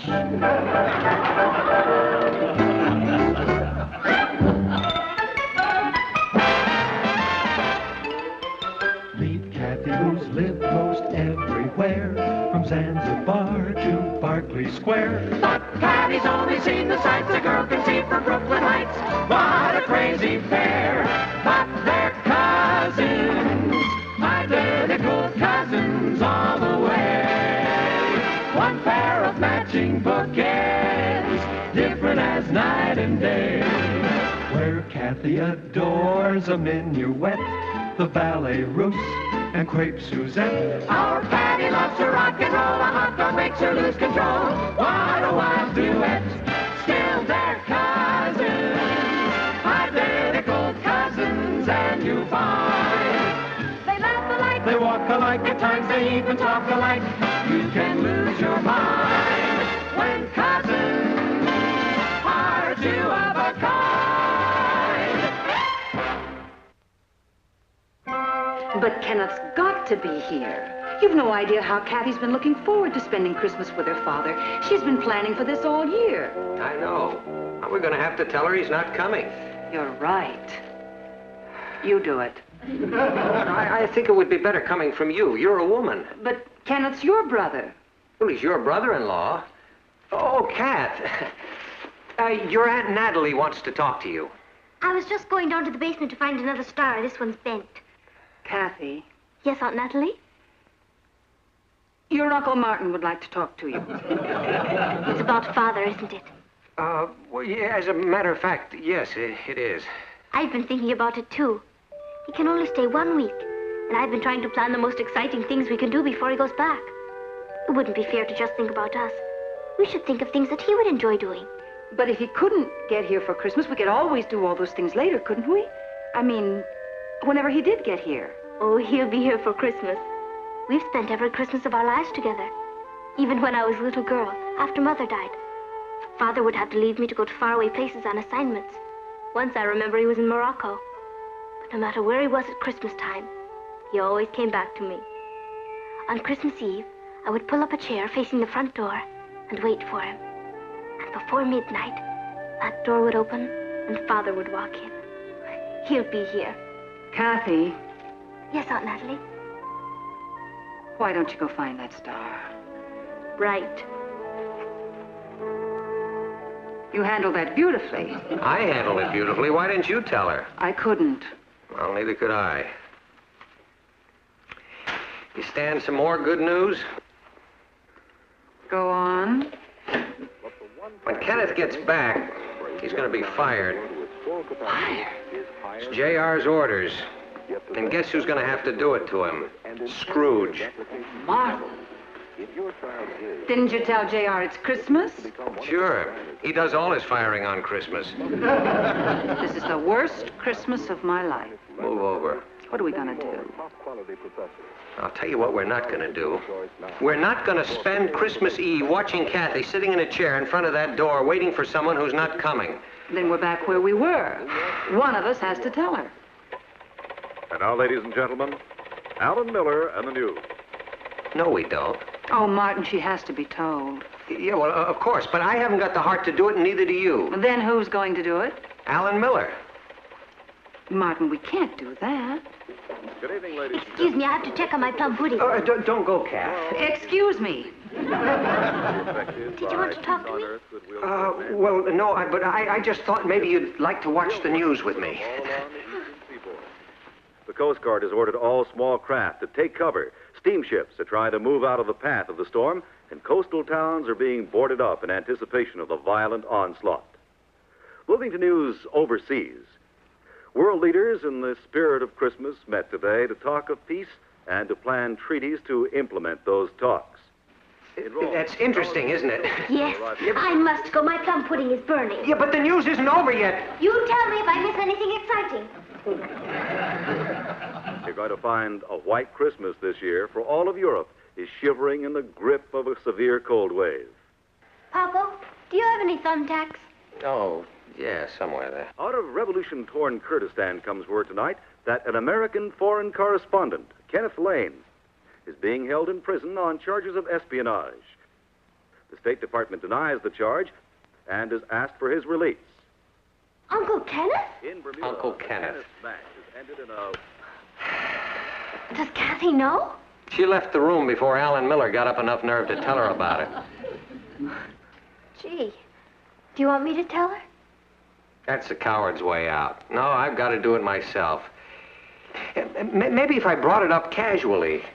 Sure, like, guess who's in prison? Or, the funniest thing happened to your father on his way here to spend Christmas with you. All right, then the only way to do it is to be forthright and just get it over with. Kathy, your father was covering a revolution in Kurdistan, and they're holding him in prison over there. I know. It says he's safe and unharmed. That's right, Kathy. He is safe and unharmed. We have a lot to be thankful for. And the State Department will get him out in a week or two. So don't worry. I'm not worried, Uncle Martin. Father has been in situations like this before. Then it's all right about Christmas? Of course. He'll get here. He always spends Christmas with me. Well, there must be some way to get through. Try the embassy over there. Tell them it's a priority call. Oh, it's you. I've heard of calling person to person, but this is ridiculous. Well, I was trying to get through to our office in Rome. Eddie, look, you keep trying. Call me back when you have something. All right, thanks. I can't get any calls through to Kurdistan. Maybe the country's closed for the weekend. Is it a big country? Well, it's big enough to have a prison. Why does your brother have to be such an adventurer? Well, it takes after me. I mean, that's the way I'd be if I weren't married and didn't have a family. I'm glad you've got us. It kept you out of prison. Boy, I've been hearing some crazy rumors. What sort of rumors? About Uncle Kenneth. Is he in some kind of trouble or something? Yeah, I'm afraid he is, Ross, but we're trying to get him out of it. Look, does Kathy seem very upset to you? I don't know. She's kind of quiet. I mean, Kathy's always quiet. She's deep. You know what I mean? We know what you mean. Well, this may turn out to be a very rough Christmas for Kathy, so your mother and I would appreciate it if you'd go out of your way to make things easier for her. Sure. I love Kathy. I wish she was my sister and Patty was my cousin. No. I know. It was just a wild dream. Okay, I'll do everything I can. Thanks, son. Why do bad things always have to happen to nice people? Why did it have to be Kathy's father?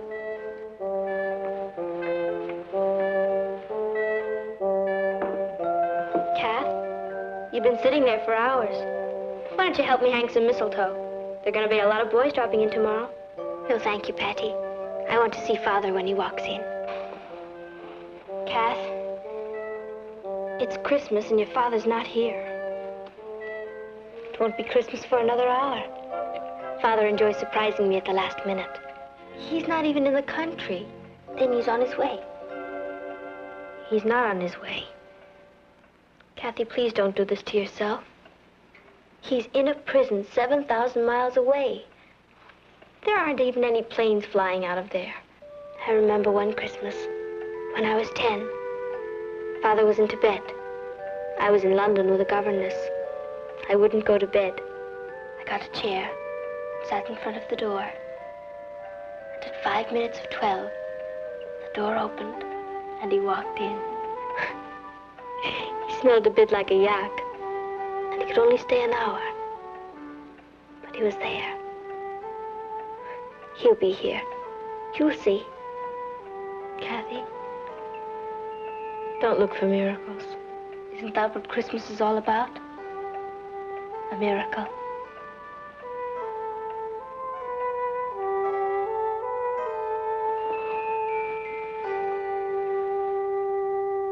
No word at all? Mom, what's going to happen to her if he doesn't show up? I don't know. I see. What about the fighting? They have. Well, listen, I'll be at home. Now, you call me here if you find out anything. Fine, thank you. It's our Rome office. There's no further news about Kenneth. Dado, Kathy said one Christmas her father came to see her for just an hour. So? What if Uncle Kenneth came tonight for just an hour? What do you mean? You and Uncle Kenneth are identical twins. Your Uncle Kenneth has a mustache. You could put on a mustache. And what good would that do?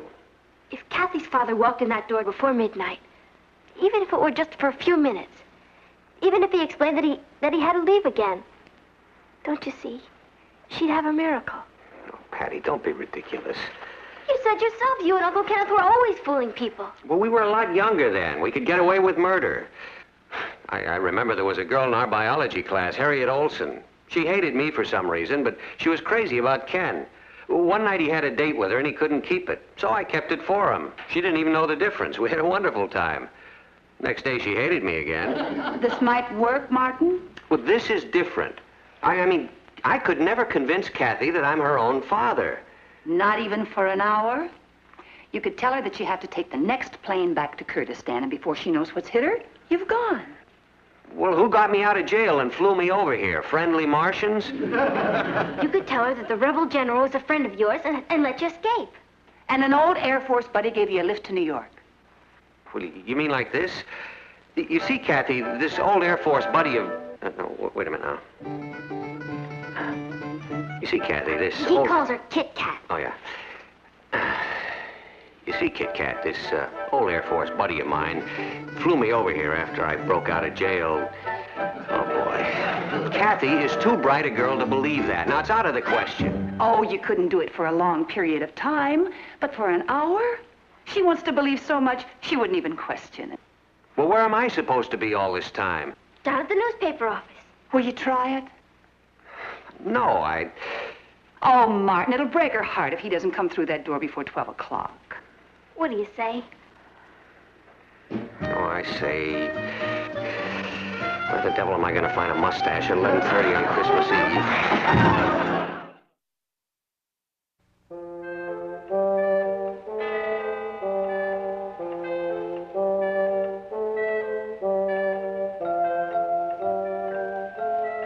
It's 12:15. Maybe Daddy couldn't find a mustache.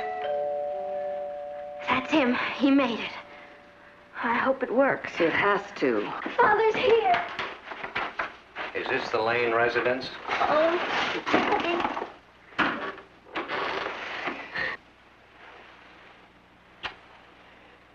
Merry Christmas, Kit Kat.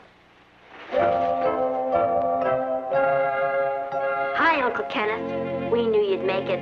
Hey, Patty. You've grown into a real beauty. Hello, Kenneth. Welcome. Hi, Nat. You look marvelous. So do you.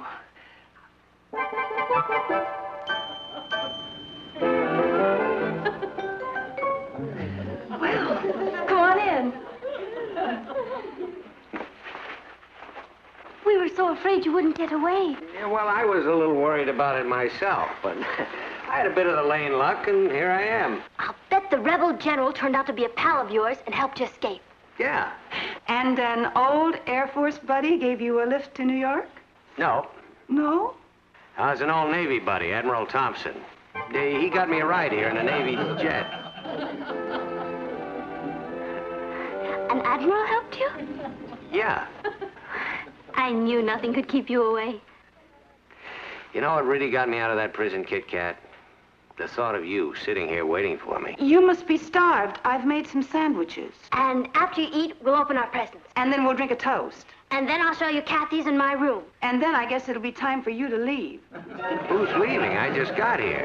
Natalie, you feeling all right? Yes. Are you? I'm fine, I think. Where's Martin? He had to go to the office. On Christmas Eve?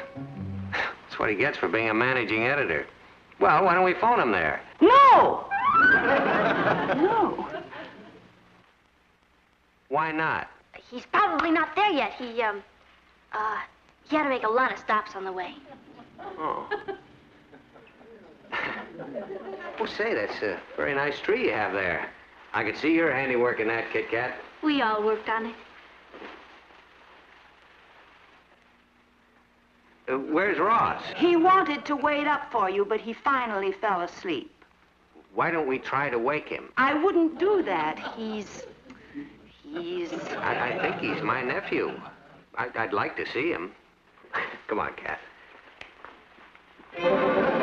Ross! Ross! Hey, Ross! Merry Christmas, old buddy. Come on down. Uncle Kenneth! How's my nephew? Gee, you look just like my dad. Ouch! What is that? Nothing. Oh, that reminds me. I'll go get the sandwiches. Don't bother. I had a bite on the plane. You should put something in your mouth. I mean, you should eat something. Well, there's no hurry. Let me look around. It's a nice place. I can't believe you're really here. I was so worried when I heard you were in prison. Was it very bad? Oh, I'm sure he doesn't want to talk about it. It was a ball. Guards and I played chess all the time. They were all old friends. Some of them were old friends? Patty, why don't you take your Uncle Kenneth up and show him Kathy's in your room?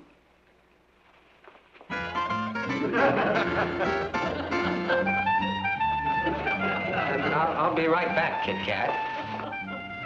Doesn't Father look wonderful? Well, he may seem a little changed. I mean, an experience like he's just gone through could do that. He seems exactly the same. He does? Oh, I'm glad.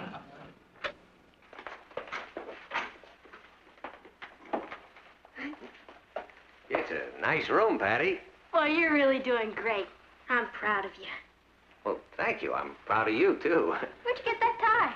Never mind. Listen, you really threw us a curve with that Admiral bit. Admiral Thompson? Yeah. Maybe you better cool it a little. Kathy's pretty smart. The only way this is gonna work is if we play in and out Finnegan. In and out Finnegan. That's it. The trick is to keep moving. Now, we'll give it a couple of more minutes, and then we'll go down and open the presents. Okay?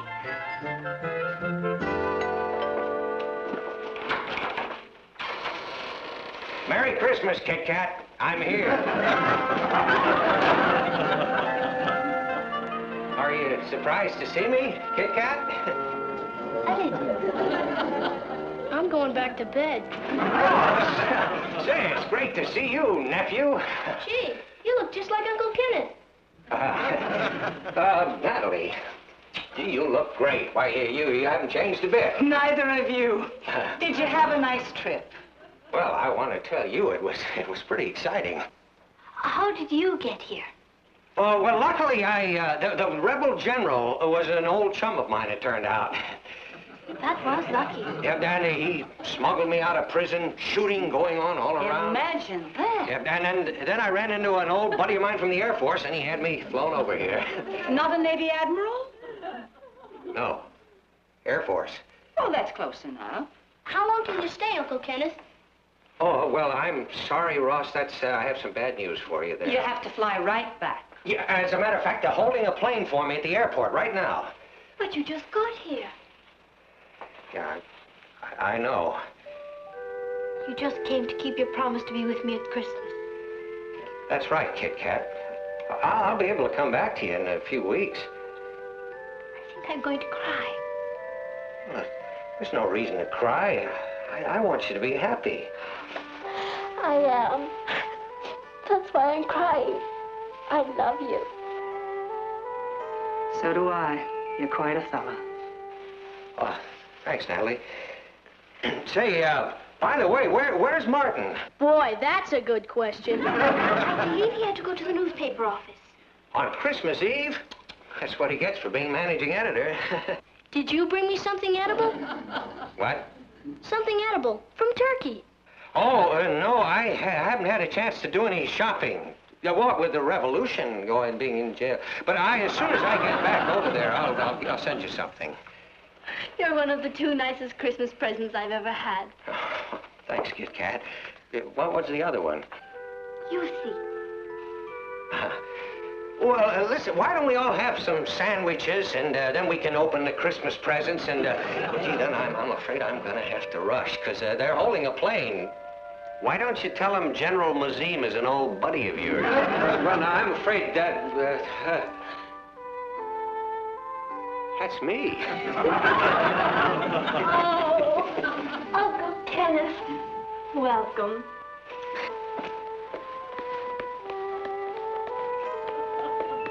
I don't feel well. All you need is a scorecard, Ross. Hello, Martin. You look terrible in that mustache. Hello, Ken. You made it. Twice, from the looks of things. How in the world did you get here? Well, let's not go into that again. What did you think you were doing? Well, nothing. He was playing Santa Claus. Kathy, I think we are the 2 greatest fathers in the whole wide world. So do I. Do you mean to tell me that you knew Kenneth was here all the time and you stood there and let me You were magnificent. I think this is the happiest Christmas of my whole life. I hope it's not another one.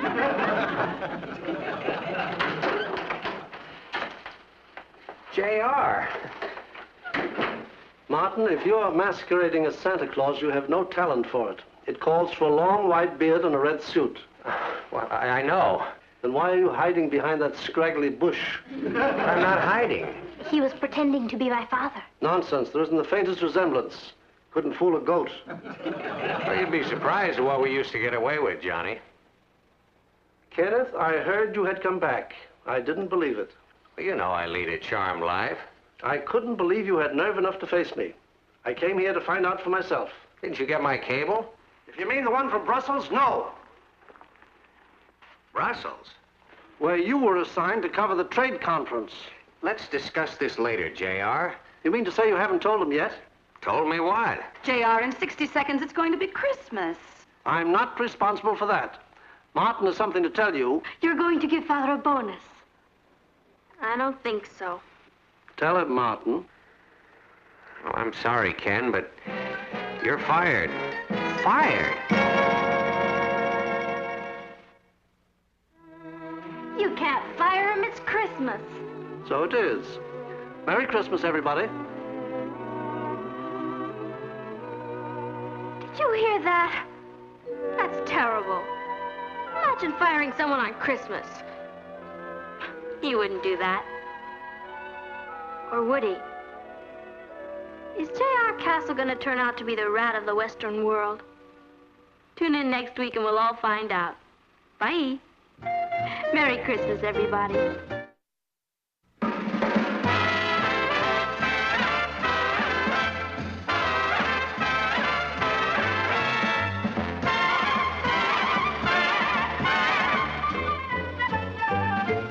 Here's Kathy, who's lived most everywhere, from Zanzibar to Berkeley Square. But Patty's only seen the sights a girl can see from Brooklyn Heights. What a crazy pair, but they're cousins, identical cousins, and you'll find they laugh alike, they walk alike, at times they even talk alike. You can lose your mind when cousins are 2 of a kind. One of our artillery, and a bicycle. A bicycle? Yeah. How was your Christmas? Don't ask. Boy, it's grim around here. Every time you open your mouth, somebody tries to snap your head off. Why?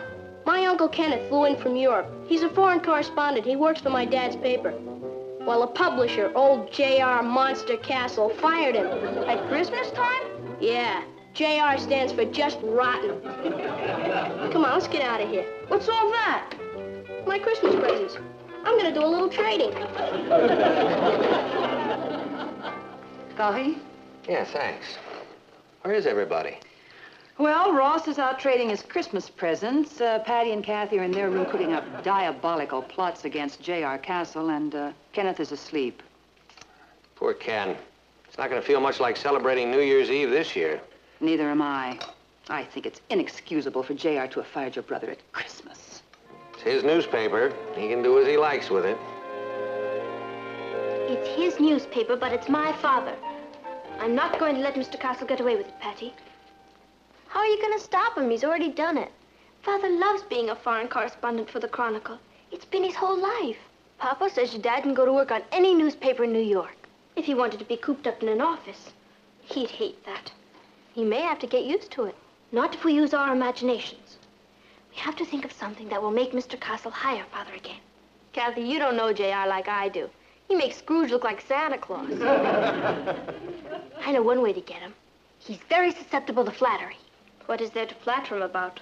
What difference does it make? Tell him what a great publisher he is. He'll eat that up. If he were a great publisher, he would have given Father a bonus for what he did instead of firing him. A little soft soap can wash away a lot of problems. I could never flatter Mr. Castle. I would choke on the words.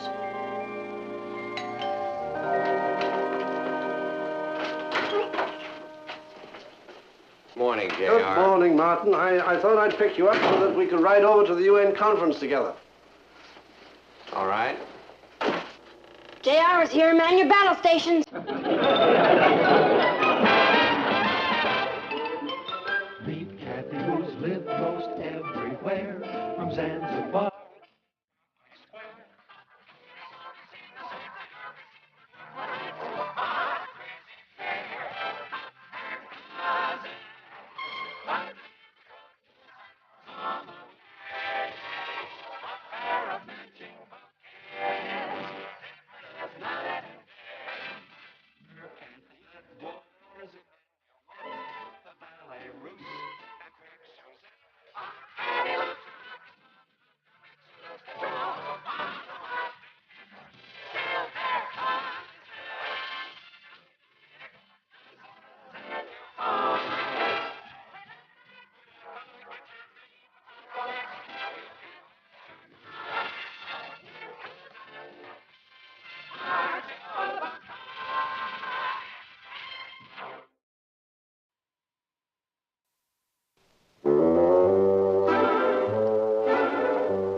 Good morning, Natalie. Good morning.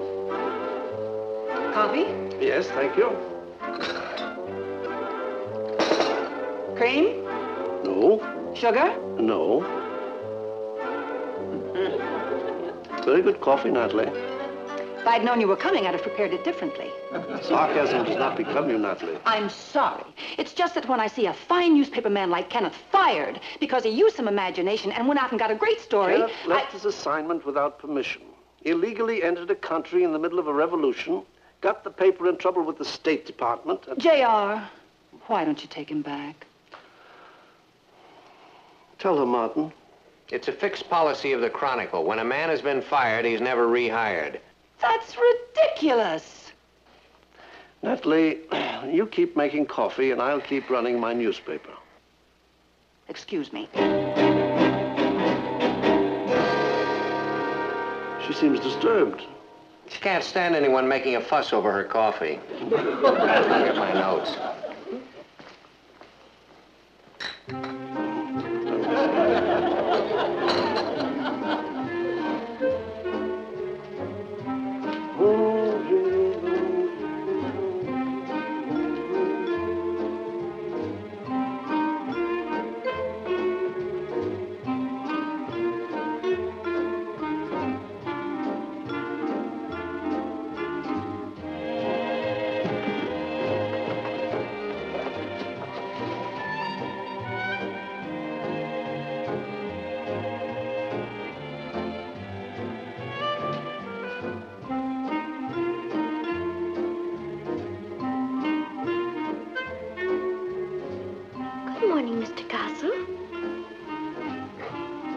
morning, Mr. Castle. Good morning, Mr. Castle. Good morning, Kathy. May I speak with you a moment? Are you also planning to tell me how to run my newspaper? Oh, I don't think anyone could tell you how to do that, Mr. Castle. You're the greatest publisher in the world. Who said so? Father. He's always saying that. You never said it to me. I think perhaps Father's a bit afraid of you. Kenneth Lane afraid of me? He doesn't act that way. Why, he's the most That's because you make him nervous. See, he thinks of you as being on a high pinnacle. He said that? Often. He says, the only real newspaper publisher left in the business is J.R. Castle. Is that so? I always thought he referred to me as Old Sour Lips. Old Sour Lips? Old Printer's Ink, he always called you. He did? Oh, yes. He always says he could never work for anyone else. Where else would he find a warm, sympathetic genius like J.R. Castle to work for? Young lady, I can't tell you what an impression this little talk has made on me. Has it? Indeed, it has. I'm ready, J.R. Oh, Kathy, would you give your father a message for me? I'd like to hear that. Certainly, Uncle Martin. Just tell him I'll have lunch with him at 1 o'clock. If she gives her father that message, you're going to be dining alone. And you can give your uncle a message for me, young lady. You tell him Old Sour Lips says he's still fired.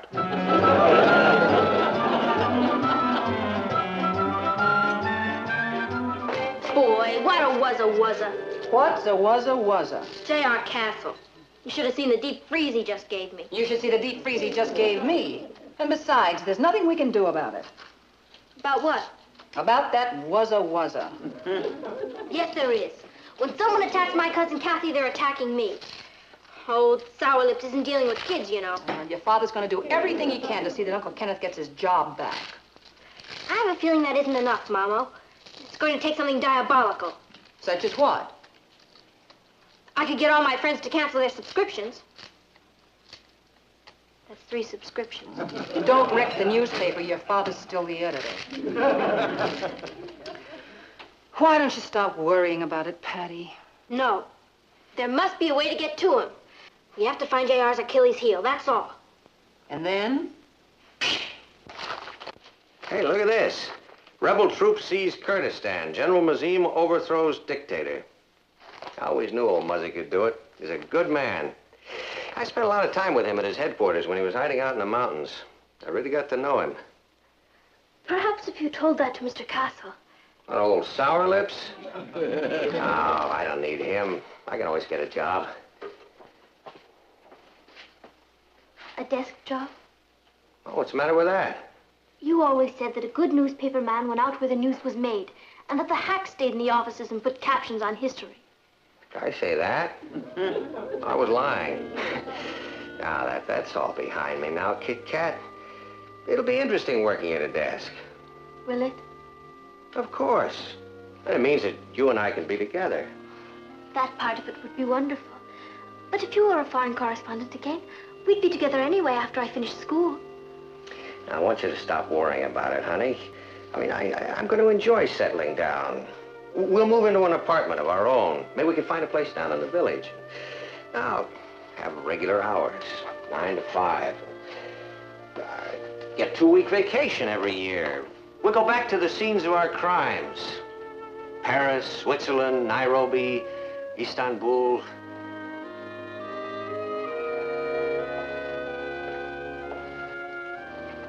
In 2 weeks? It'll work out fine. You'll see. I'll come back for your tray.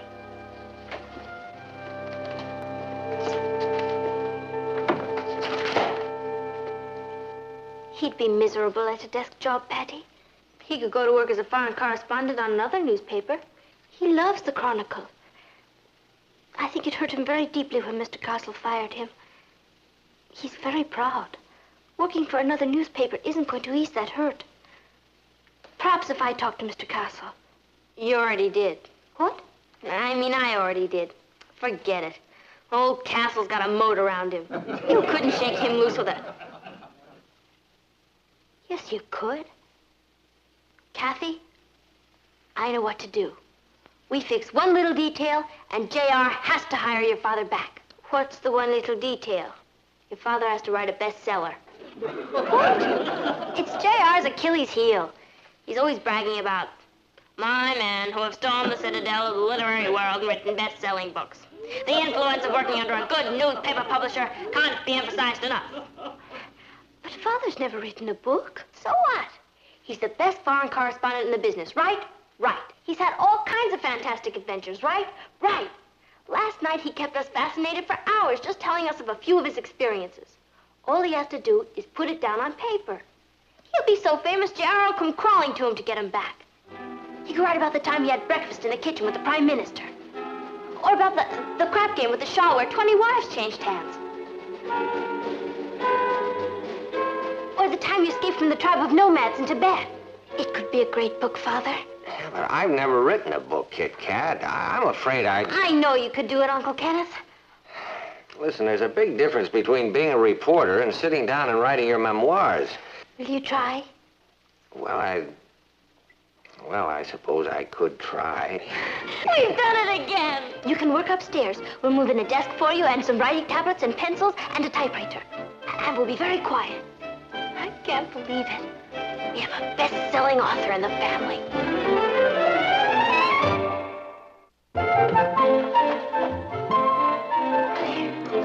Beautiful. If I were a writer, my mouth would be watering. He can start right away. Boy, wait till old Sour Lips hears about this. The next step is to get the book published. It hasn't been written yet. Do you know your trouble? You worry too much about details. Let's get ready. Where are we going? To see an old buddy of mine. Who? The biggest publisher in the business, Bennett Blake. We'd like to see Mr. Bennett Blake, please. You have an appointment. We don't need an appointment. We're bringing him a bestseller. I see. Your name, please? Just tell him Patty Lane and Kathy Lane. There are two young ladies here to see you, Mr. Blake. Kathy Lane and Patty Lane. Patty Lane and Kathy Lane? It certainly is lucky you're knowing Mr. Blake. Where do you know him from? I saw him interviewed on a TV show once. You saw him in... Let's get out of here. Don't be silly. We're doing him a favor.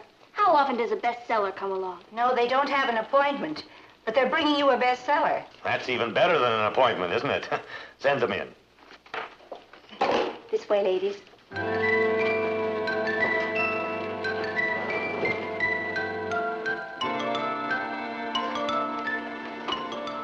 Good morning, ladies. You're Bennett Blake. Whom are you expecting? My secretary tells me that you've brought a bestseller. We didn't exactly bring it. It's at home being written. Oh, it's an unwritten bestseller. Which one of you is the author? Neither of us. It's being written by my father. I take it this is his first book. Yes, it is. And you're here to get a publication contract and a big advance, right? How did you know? Because I have a file full of letters from people who want the same thing. I'm afraid there isn't much point in this, ladies. But you haven't heard about Father's book yet. Don't. You look like nice girls. Let me give you some advice.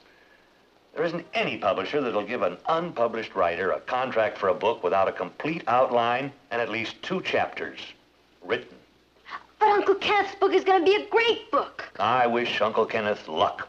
All right. We'll just have to take Foreign Correspondent to another publisher. Do that. Now I'll read it when it comes out. You'll find it on the bestseller list. Foreign Correspondent by Kenneth Lane. Come on, Kathy. Bye. Wait. What did you say? I knew the title would get you. Never mind the title. Are you talking about Kenneth Lane of the Chronicle? Yes. Oh, why didn't you say so?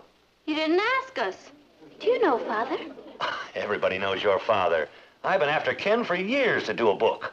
You have? So he finally made up his mind. Well, I can't tell you how delighted I am. And he couldn't have sent 2 lovelier emissaries. He didn't exactly send... Rosalie, have a contract drawn up. Yes. Non-fiction. Title, Foreign Correspondent. Author, Kenneth Lane. Maximum advance. Yes. Delivery, 3 months.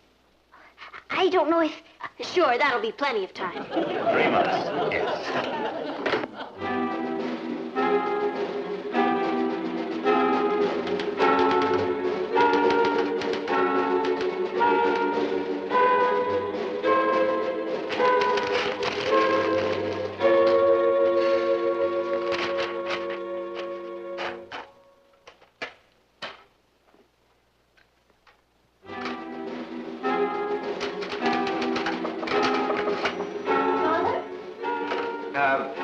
Just a minute.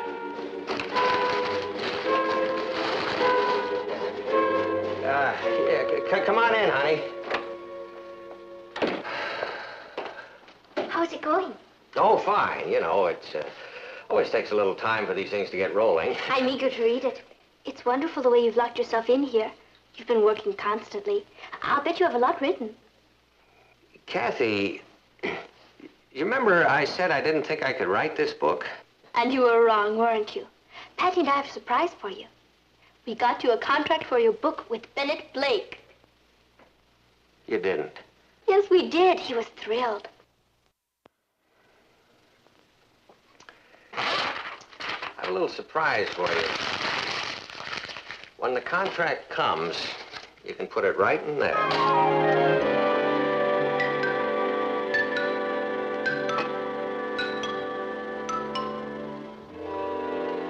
Father really tried to write that book, Patty, but it's against all his newspaper training. He said he couldn't get past the title. All right, so we don't have a great author in the family.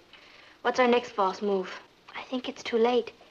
He made an appointment to see about a job on another newspaper. He can't do that. He belongs on the Chronicle. I tried to stop him, but I couldn't. He's doing it for me. Boy, that's when parents are the worst, when they're doing it for you. You know something, cousin? It took a miracle to get your father over here for Christmas. It's going to take another miracle to get him back.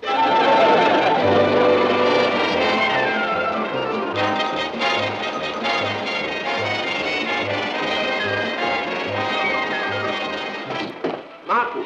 Yeah, what is it, J.R.? Where's Kenneth? Kenneth who? Your brother, Kenneth. Oh, that Kenneth. Well, I think he's probably still at home. Why? Well, he's too good a man to be sitting at home. You tell him to get his bags packed and take a plane for Kurdistan tonight. You serious? Do I seem to be filled with irrepressible levity? Get your brother on a plane tonight. Kenneth doesn't work for the Chronicle any longer. You fired him. Oh, that was merely a gesture of protest against his flaunting of authority. Why, Kenneth is the best foreign correspondent in the field. He knows I wouldn't fire him. He does. Somehow I can't see you as a Santa Claus, J.R. Now, why don't you tell me what's going on? Well, we just got this telegram. It seems General Mazim is willing to give an exclusive story on the inside of the revolution to Ken. Yes. It seems that while General Mazim was hiding out in the mountains, he and Kenneth became fast friends. Well, well.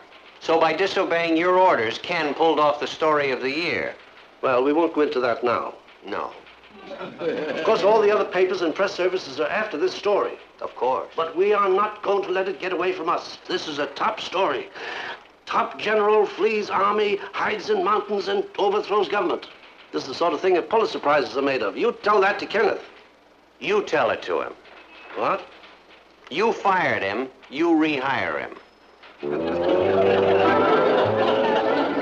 I'll see if he's upstairs. But Martin, he's your brother. Don't you want to break the good news to him? No.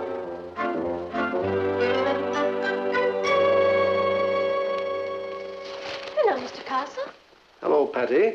No, I'm Kathy. I'm too wise a fox to be caught twice in the same trap. I've come to see your uncle. Isn't he at the newspaper office? What would he be doing at the newspaper office? He works there. You're talking about your father. I'm talking about your Hi uncle. there, Mr. Castle. Is Papa here? I detest this sort of chicanery. Chicanery? She's Patty. Yes, I know. I told you. You deliberately pretended to be you so that I would think it was her, and it didn't work. Hello, J.R. Martin said you wanted to see me. Kenneth, old boy, good to see you. You've been quite a stranger. I mean to say your paid vacation has done you the world of good. He looks fit, doesn't he, Martin? Oh, yes, fit. What paid vacation? Tell him, Martin. J.R. is trying to ask you to come back to the Chronicle, Ken. Oh, Father. I knew he could do it. Well, I appreciate that, Johnny, but I've decided to take another job. That's ridiculous. What sort of job? It's a job on a city desk. That way I can be with Kathy. Kathy and I have been working our heads off to get you back to Europe. What? It's true. That's why we wanted you to write that book. You belong over there, Father, doing what you do best. General Mazim's waiting to give you an exclusive on the revolution. And there'll be a small bonus. A big bonus. Big bonus? I don't know what to say, Kit Kat. I hate the idea of leaving you again. It will only be for a little while. I'll come over and see you this summer. Next year I'll be graduated, and we can be together again. Well, it's just that, see, I had planned... Just say yes, Ken.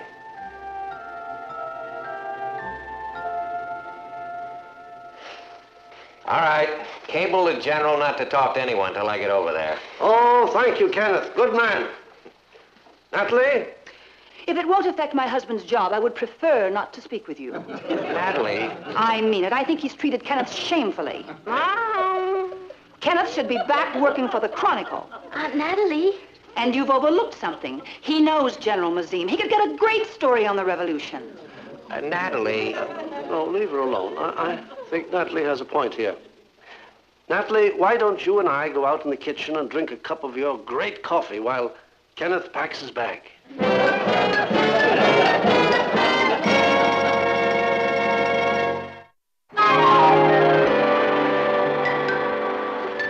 put in some vitamins for you. You'll be sure to get plenty of rest. I promise, Kit Kat. And you wear the new sweater I bought you? The nights are awfully cold over there this time of year. Right. Anything else? Just please take care of yourself. I will.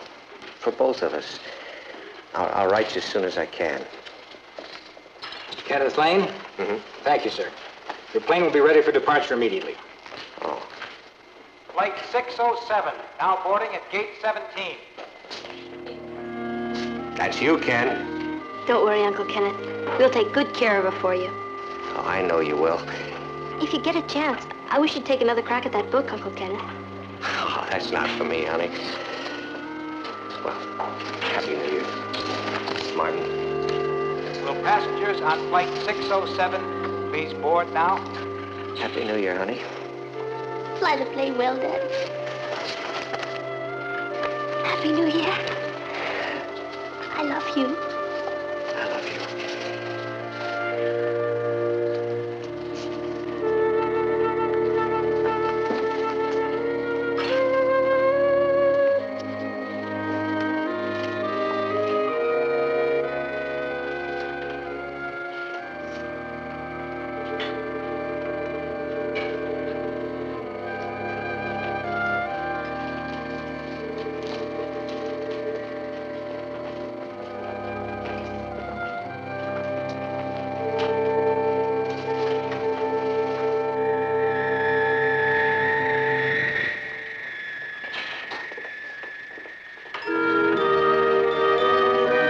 Happy New Year, darling.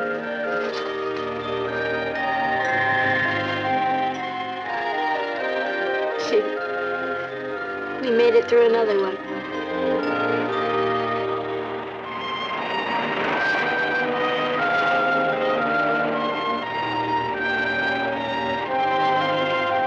Ready, Kathy? Ready, Patty? Let's get the new year on the road.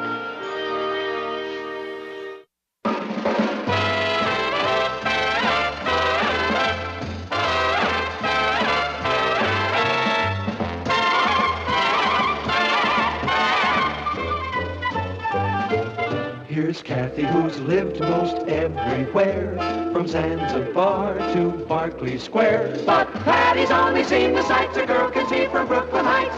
What a crazy pair, but they're cousins, identical cousins, and you'll find they laugh alike, they walk alike, at times they even talk alike.